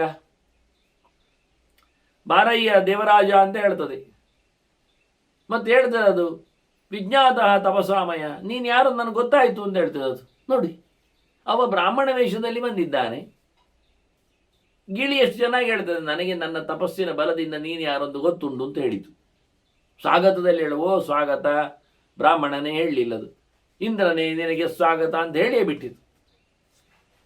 ಎಷ್ಟು ವಿಚಿತ್ರ. ಅದಕ್ಕೆ ಹೇಳಿದ್ದು, ಪ್ರಾಣಿಗಳು, ಪಕ್ಷಿಗಳು, ಕ್ರಿಮಿಕೀಟಗಳು ಎಲ್ಲ ಸುಲಭ ಇಲ್ಲ. ಯಾವುದು ಅಚಾನಕವಾಗಿ ಬಂದರೆ ಅದರಲ್ಲಿ ಏನೋ ಒಂದು ವಿಚಿತ್ರಗಳಿರ್ತವೆ. ನಾವು ಅದನ್ನು ಸುಮ್ಮನೆ ಓಡಿಸುವುದೋ ಬಡಿಯುವುದೋ ಎಲ್ಲ ಮಾಡಲಿಕ್ಕೆ ಹೋಗ್ಲಿಕ್ಕೆ ಆಗುವುದೇ ಇಲ್ಲ. ಅವುಗಳದ್ದೇ ಆಗಿರತಕ್ಕ ಒಂದು ಪ್ರಪಂಚ ಇದೆ. ಅದರಿಂದ ಹೇಳಿದ್ದು, ನನಗೆ ಗೊತ್ತುಂಟು ನೀನು ಬಂದವ ಇಂದ್ರ, ನನಗೆ ಅದು ತಪಸ್ಸು ಶಕ್ತಿ ಅಂತ. ಇಂದ್ರನಿಗೊಮ್ಮೆ ಬೆಚ್ಚಾಯಿತು. ಮೊದಲೇ ಆಶ್ಚರ್ಯದಲ್ಲಿ ಬಂದವ, ಈಗ ಒಳ್ಳೆಯದು ಅಂದ. ಸಾಧು ಸಾಧು ಅಂತ ಹೇಳಿದ. ಒಳಗಿಂದ ತಲೆಯಲ್ಲಿ ಯೋಚನೆ ಮಾಡಿದೆ, ಎಂತ ಅರಿವು ಮಾರ ಇದರದ್ದು, ಒಳ್ಳೆ ವಿಜ್ಞಾನ. ವಿಜ್ಞಾನ ಅಂದರೆ ಏನರ್ಥ? ದೇವಾದೀನಾಂತ್ಯ ಜ್ಞಾನಂ ವಿಜ್ಞಾನಮಿತಿ ಕೀರ್ತಿತಂ ಅಂತ ಕ್ರಮ. ಕೃಷ್ಣ ಹೇಳಿದ್ದ ಹಿಂದೆ ಅರ್ಜುನನಿಗೆ, ಜ್ಞಾನ ವಿಜ್ಞಾನ ಅಂತ, ಜ್ಞಾನ ವಿಜ್ಞಾನ ಯೋಗ ಅಂತ ಕರೀತಾರೆ. ಜ್ಞಾನ ಮತ್ತು ವಿಜ್ಞಾನವನ್ನು ಹೇಳುತ್ತೇನೆ ಅಂತ ಕೃಷ್ಣ ಹೇಳಿದ್ದ. ವಿಜ್ಞಾನ ಅಂದರೆ ಏನು ವಾಸ್ತವವಾಗಿ? ವಿಜ್ಞಾನ ಅಂದರೆ ನಮಗೆ ಇವತ್ತು ಸೈನ್ಸ್ ಅಂತ ಹೇಳುತ್ತೇವೆ. ಕೊನೆಗೆ ಅದರಲ್ಲಿ ಬಹಳಷ್ಟು ಬಗೆಯನ್ನೆಲ್ಲ ಗುರುತಿಸ್ತೇವೆ, ಅದನ್ನೆಲ್ಲ ತಿಳಿಸಿಕೊಡ್ತೇವೆ. ಮತ್ತೆ ಪ್ರಾಣಿಗಳ ವಿಜ್ಞಾನ, ಮರಗಳ ವಿಜ್ಞಾನ ಅಂತ ಹೇಳಿಕೊಂಡು, ವಿಜ್ಞಾನ ಅಂದರೆ ಅದು ನಮಗೆ. ಯಾಕೆ? ಸಮಾಜ ಎನ್ನುವುದಲ್ಲ, ರಾಜಕೀಯ ವ್ಯವಸ್ಥೆ ಅದು ಅಲ್ಲದ್ದು, ದೈಶಿಕವಾಗಿ ಅಲ್ಲದ್ದು. ಉಳಿದದ್ದು ರಾಸಾಯನಿಕ ವಿಜ್ಞಾನ, ಭೌತ ವಿಜ್ಞಾನ, ಜೀವಶಾಸ್ತ್ರ ಎಲ್ಲ ಸುಮ್ಮನೆ ಮಾಡ್ತೇವೆ. ಇವರು ಹೇಳಿದ್ದೇನು ಗೊತ್ತುಂಟ? ಈ ಲೋಕಕ್ಕೆ ಸಂಬಂಧಪಟ್ಟದ್ದು ಇವರ ಪರಿಚಯ ಎಲ್ಲ ಜ್ಞಾನ. ಅದು ಮನುಷ್ಯ ಆಗಲಿ, ಪ್ರಾಣಿ ಆಗಲಿ, ಮರ ಆಗಲಿ. ಇದರ ಆಚೆಗೆ ದೇವತೆಗಳಿಗೆ ಏನು ಗೊತ್ತಿದೆ, ವಿಷಯ ಇದೆ, ಅವರ ಅರಿವು, ಅದು ವಿಜ್ಞಾನ. ದೇವಾದೀನ ಅಂತ ಯಜ್ಞಾನ ಅಂತ ಅದು ವಿಜ್ಞಾನ. ಆದರೆ ಇಂದ್ರನಿಗೊಮ್ಮೆ ಮನಸ್ಸಿನಲ್ಲಿ ಯೋಚನೆ ಮಾಡಿದರೆ ವಿಜ್ಞಾನ ಆಗ್ಬೋದಲ್ಲ, ದೇವತೆಗಳ ಅರಿವು, ನಾನು ಯಾರು ಗೊತ್ತಾಯ್ತಲ್ಲ, ಇರಲಿ ಮಾತಾಡ್ತೇನೆ ಅಂತ. ತಮೇವಂ ಶುಭಕರ್ಮಾಣಂ ಶುಕಂ ಪರಮ ಧಾರ್ಮಿಕಂ ಜಾನನ್ನಪಿ ಚ ತತ್ ಪಾಪಂ ಪಪ್ರಚ್ಛ ಬಲಸೂತನ. ಭೀಷ್ಮರು ಹೇಳ್ತಾರೆ, ಶುಕನಲ್ಲಿ ಏನಿತ್ತು ಎನ್ನುವುದರಿಂದ ತಿಳ್ಕೊಂಡು ಗೊತ್ತುಂಟ ಅವನಿಗೆ, ಇದು ಯಾಕೆ ಹೋಗುವುದಿಲ್ಲ ಅಂತ. ಅದಕ್ಕೆ ಇವನಿಗೆ ಗೊತ್ತುಂಟಂಥದ್ದು ಇವನಿಗೆ ಅದು ಗೊತ್ತಿಲ್ವ ಅಂತ ನಾವು ತಮಾಷೆ ಮಾಡುವುದು. ಇಂದ್ರ ಏನಪ್ಪ ಅಂತ ಆಶ್ಚರ್ಯಗೊಂಡು ಬಂದಿದ್ದಾನೆ, ಅವನಿಗೆ ಎಂಥದ್ದು ಗೊತ್ತಿಲ್ಲ, ಇದಕ್ಕೆ ಶುಕಕ್ಕೆ ಬಾರಿ ಗೊತ್ತುಂಟು, ಇವ ಇಂದ್ರ ಅಂತ ಅದೇ ಕರೆದು ಬಿಟ್ಟಿದೆ ಅಂತ. ಹಾಗಲ್ಲ, ಅವನು ಮಾಡಿದ ಒಳ್ಳೆಯ ಕೆಲಸ, ದಯಾಮಯ, ಅದೆಲ್ಲ ಗೊತ್ತುಂಟು ಅವನಿಗೆ, ಒಳ್ಳೆ ಧರ್ಮ. ಮತ್ತೆ ಅದರಿಂದ ಕೇಳಿಸುವ ನಮಗೊಂದು ಲೆಸನ್ ಆಗಲಿ ಅಂತ ಅಷ್ಟೇ, ಮತ್ತೆಂತ ಇಲ್ಲ. ಮತ್ತು ಅದರ ಹೀಗೆ ಬರಲಿಕ್ಕೆ ಕಾರಣವಾದ ಪಾಪವೂ ಅದಕ್ಕೆ ಗೊತ್ತಿದೆ, ಎಂಥದ್ದಕ್ಕಾಗಿ ಆದದ್ದು ಈ ಪರಿಸ್ಥಿತಿ ಅದರದ್ದು ಎನ್ನುವುದು ಅವನಿಗೆ ಗೊತ್ತು. ಯಾಕೆ? ಕರ್ಮತಂತ್ರದಲ್ಲಿದ್ದಾನಲ್ಲವ. ಆದ್ದರಿಂದಲೂ ಸಹ ಗೊತ್ತಾಗಲಿಕ್ಕೆ ನಮಗೆ ಕೇಳಿಕೊಂಡವ ಎಂತ ಆಯಿತು ನೋಡುವ ಅಂತ ಕೇಳಿಯೇ ಬಿಟ್ಟ. ನಿಷ್ಪಕ್ತ್ರಂ ಅಮಲಂ ಶುಷ್ಕಂ ಅಶರಣ್ಯಂ ಅಪತ್ರಿಣಂ, ಬೇರೆ ಯಾವ ಹಕ್ಕಿಗಳಿಲ್ಲ.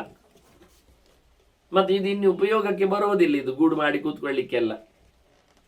ಅಷ್ಟೇ ಅಲ್ಲದೆ ಇದು ಒಣಗಿ ಹೋಗಿದೆ ಮರ, ಹಣ್ಣು ಹಂಪಲುಗಳಿಲ್ಲ, ತಿನ್ನಲಿಕ್ಕೂ ಇಲ್ಲ. ಒಣಗಿದ್ರು ತಿನ್ನಲಿಕ್ಕುಂಟು, ಅದು ಇಲ್ಲ. ಒಂದು ಏನಾದರೂ ಸೂರು ಉಂಟು ಕೇಳುವ, ಎಲೆ ಇಲ್ಲ, ಬಿಸಿಲಿಗೆ ತಿನ್ನಲಿಕ್ಕೆ ಹಣ್ಣಿಲ್ಲ, ಮತ್ತೆ ಅದು ಬದುಕಿಕೊಂಡಿಲ್ಲ, ಒಣಗಿಕೊಂಡು ಬಿಟ್ಟಿದೆ. ಚೆನ್ನಾಗಿರ್ಲಿಕ್ಕೆ ಆಗುವುದಿಲ್ಲ, ಅದು ಶೆಲ್ಟರ್ ಅಲ್ಲ. ಈಗ ನೋಡಿದ್ರೆ ಬೇರೆ ಯಾರಿದ್ರೆ ಅದು ಹಕ್ಕಿಗಳೇ ಇಲ್ಲ. ಮತ್ತೆಂತ ಕೂತದ್ದು ನೀನು ಇಲ್ಲಿ? ಕಿಮರ್ಥಂ ಸೇವಸೆ ವೃಕ್ಷಂ, ಈ ಮರ ನಿನಗೆ ಯಾಕೆ ಬೇಕು? ಬೇರೆ ಇಲ್ಲಲ್ಲ ಅಂದೇಳಿ ಎಲ್ಲಪ್ಪ. ಯದಾ ಮಹಾದಿದಮ್ಮನು, ದೊಡ್ಡ ಕಾಡಿದು, ದೊಡ್ಡ ಕಾಡಿನಲ್ಲಿ ಒಂದು ಮರ ಇತ್ತು. ಇದು ಒಣಗಿದೆ, ಬೀಳಲಿಕ್ಕೆ ಆಗಿದೆ, ಸೊರಗಿದೆ, ವಿಷ ಅದಕ್ಕೆ ನಾಟಿದೆ. ಇಷ್ಟೆಲ್ಲ ದೊಡ್ಡ ದೊಡ್ಡ ಮರಗಳು ಬೇಕಾದಷ್ಟು ಆಚೆ ಈಚೆ ಇವೆ, ದೊಡ್ಡ ಕಾಡು ಬೇರೆ ಇದೆ. ಸುತ್ತಮುತ್ತಲು ಇರತಕ್ಕಂಥ ಇಷ್ಟೆಲ್ಲ ಮರಗಳಿರುವಾಗ ತುಂಬ ನೀನೇಕೆ ಇದರಲ್ಲೇ ಕೂತಿದ್ದಿ ಇನ್ನೂ ಸಹ ಕೇಳ್ತಾನವ. ಮತ್ತು ಇದಕ್ಕೆ ಒಳ್ಳೆ ಇರಲಿಕ್ಕೆ ಬರ್ತಾ ಇಲ್ಲ, ನಿಜವಾಗಿ ಹೇಳಲಿಕ್ಕೆ ಹೋದ್ರೆ. ನಿಲ್ಲಿಕ್ಕೆ ಆಗ್ತದ? ಇಲ್ಲ. ಬಹಳ ಕಾಲ ಬದುಕ್ತದ? ಇಲ್ಲ. ಅನಾಯುಷಂ ಅಸಾಮರ್ಥ್ಯಂ, ಸತ್ತೋಗಿ ಆಗಿದೆ. ಅದಕ್ಕಿನ್ನು ಟೆಂಪರ್ ಇಲ್ಲ. ಕ್ಷೀಣಸಾರಂ, ಅದರದಿನ್ನು ಒಳಗಿನ ಬುರುಡೆಗಳೆಲ್ಲ ಹಾಳಾಗ್ತಾವೆ, ತಿರುಳು ಅದರದ್ದು ಹಾಳಾಗ್ತದೆ. ಕ್ಷೀಣಸಾರಂ. ಮತ್ತು ಹತಶ್ರಿಯಂ, ಚೆಲುವು ಇಲ್ಲ, ನೋಡಲಿಕ್ಕೂ ಖುಷಿ ಕಾಣೋದಿಲ್ಲ. ಇನ್ನೆಂತ ಮಾಡುವ? ಹಾಗೆ ವಿಮರ್ಶೆ ಪ್ರಜ್ಞೆಯ, ನೀನದನ್ನು ಧೀರ, ನೀನು ಮನಸ್ಸು ಗಟ್ಟಿ ಮಾಡು, ಯೋಚನೆ ಮಾಡು. ಯೋಚನೆ ಮಾಡಿ ಜಹೀಮಂ ಅಸ್ಥಿರಂ ಧ್ರುಮಂ, ಈ ಮರವನ್ನು ನೀನು ಬಿಡು, ಗಟ್ಟಿ ಇಲ್ಲದ ನಿಲ್ಲಲಾಗದ ಈ ಮರ ನಿನಗಿನ್ನು ಬೇಡ ಎನ್ನುವುದಾಗಿ ಮರದ ಬಗ್ಗೆ ಬೇಡ ಅಂತ ಹೇಳುತ್ತದೆ. ಆಗ ಗಿಳಿ ಹೇಳುತ್ತದೆ, ಅಯ್ಯ ಒಮ್ಮೆ ಅದು ಅದಕ್ಕೆ ಕೂಡುವುದಿಲ್ಲ, ತಾಕತ್ತಿಲ್ಲ. ಒಮ್ಮೆ ಉಸಿರು ಬಿಟ್ಟುಕೊಂಡು ಹೇಳ್ತದೆ, ಅಲ್ಲ ನಾನು ಮಾತಾಡಬಾರ್ದು ಅಲ್ಲ, ಅನತಿಕ್ರಮಣೀಯಾನಿ ದೈವತಾನಿ ಶಚೀಪತ್, ನಿಮ್ಮನ್ನೆಲ್ಲ ದೇವತೆಗಳನ್ನೆಲ್ಲ ನಾವು ಉತ್ತರಿಸುವಂಥದ್ದು ಮಾತಾಡಿಸುವಂಥದ್ದು ಎಲ್ಲ ಅದು ಹೇಳುವಂಥದ್ದಲ್ಲ ವಿಷಯ. ಆದರೆ ಕೇಳಿದಾಗ ಹೇಳದೇ ಇರುವಂಥದ್ದು ಅಲ್ಲ. ನಾವು ದೇವರ ಎಲ್ಲರ ಅನುಗ್ರಹಕ್ಕೆ ಪಾತ್ರರಾದವರು, ಅವರನ್ನೆಲ್ಲ ನಾವು ಓವರ್ಕಮ್ ಮಾಡಿ ಅವರನ್ನು ತಿರಸ್ಕಾರ ಮಾಡಿ ಇರಲಿಕ್ಕೆ ಆಗುವುದಿಲ್ಲ. ಮತ್ತು ದೇವರ ಪ್ರಕೋಪಗಳಿಗೆಲ್ಲ ಎಂಥ ಉತ್ತರ ಉಂಟು ಏನೊಂದು ಗೊತ್ತೂ ಇಲ್ಲ ನಮಗೆ. ಇಲ್ಲಿ ಮಾತ್ರ ಏನಾಗಿದೆ ಅಂದರೆ, ಈ ಮರದಲ್ಲಿ ನಾನು ಹುಟ್ಟಿದ್ದೇನೆ, ಅಸ್ಮಿನ್ನಹಂ ಧ್ರುಮೇ ಜಾತಃ, ನನ್ನ ಹುಟ್ಟಿನ ಮನೆ ಇದು ವಾಸ್ತವವಾಗಿ ಮರ. ಮತ್ತೆ ಸಾಧುವಿಶ್ಚ ಗುಣೈರ್ಯುತೆ, ಈ ಮರದಲ್ಲಿ ಚೆನ್ನಾಗಿರತಕ್ಕಂಥ ಗುಣವಂತಿಕೆ ಇದೆ. ಒಳ್ಳೆ ಮರ ಆಗಿತ್ತು, ಹಚ್ಚ ಹಸುರಾಗಿತ್ತು, ಬೇಕಾದಷ್ಟು ಹಣ್ಣುಗಳಿದ್ದವು, ನಮ್ಮವರೆಲ್ಲ ಇಲ್ಲೇ ಇದ್ದರು. ಹಾಗಾಗಿ ಈ ಮರದ ಮೇಲೆ ನನಗೆ ಪ್ರೀತಿ ಇತ್ತು.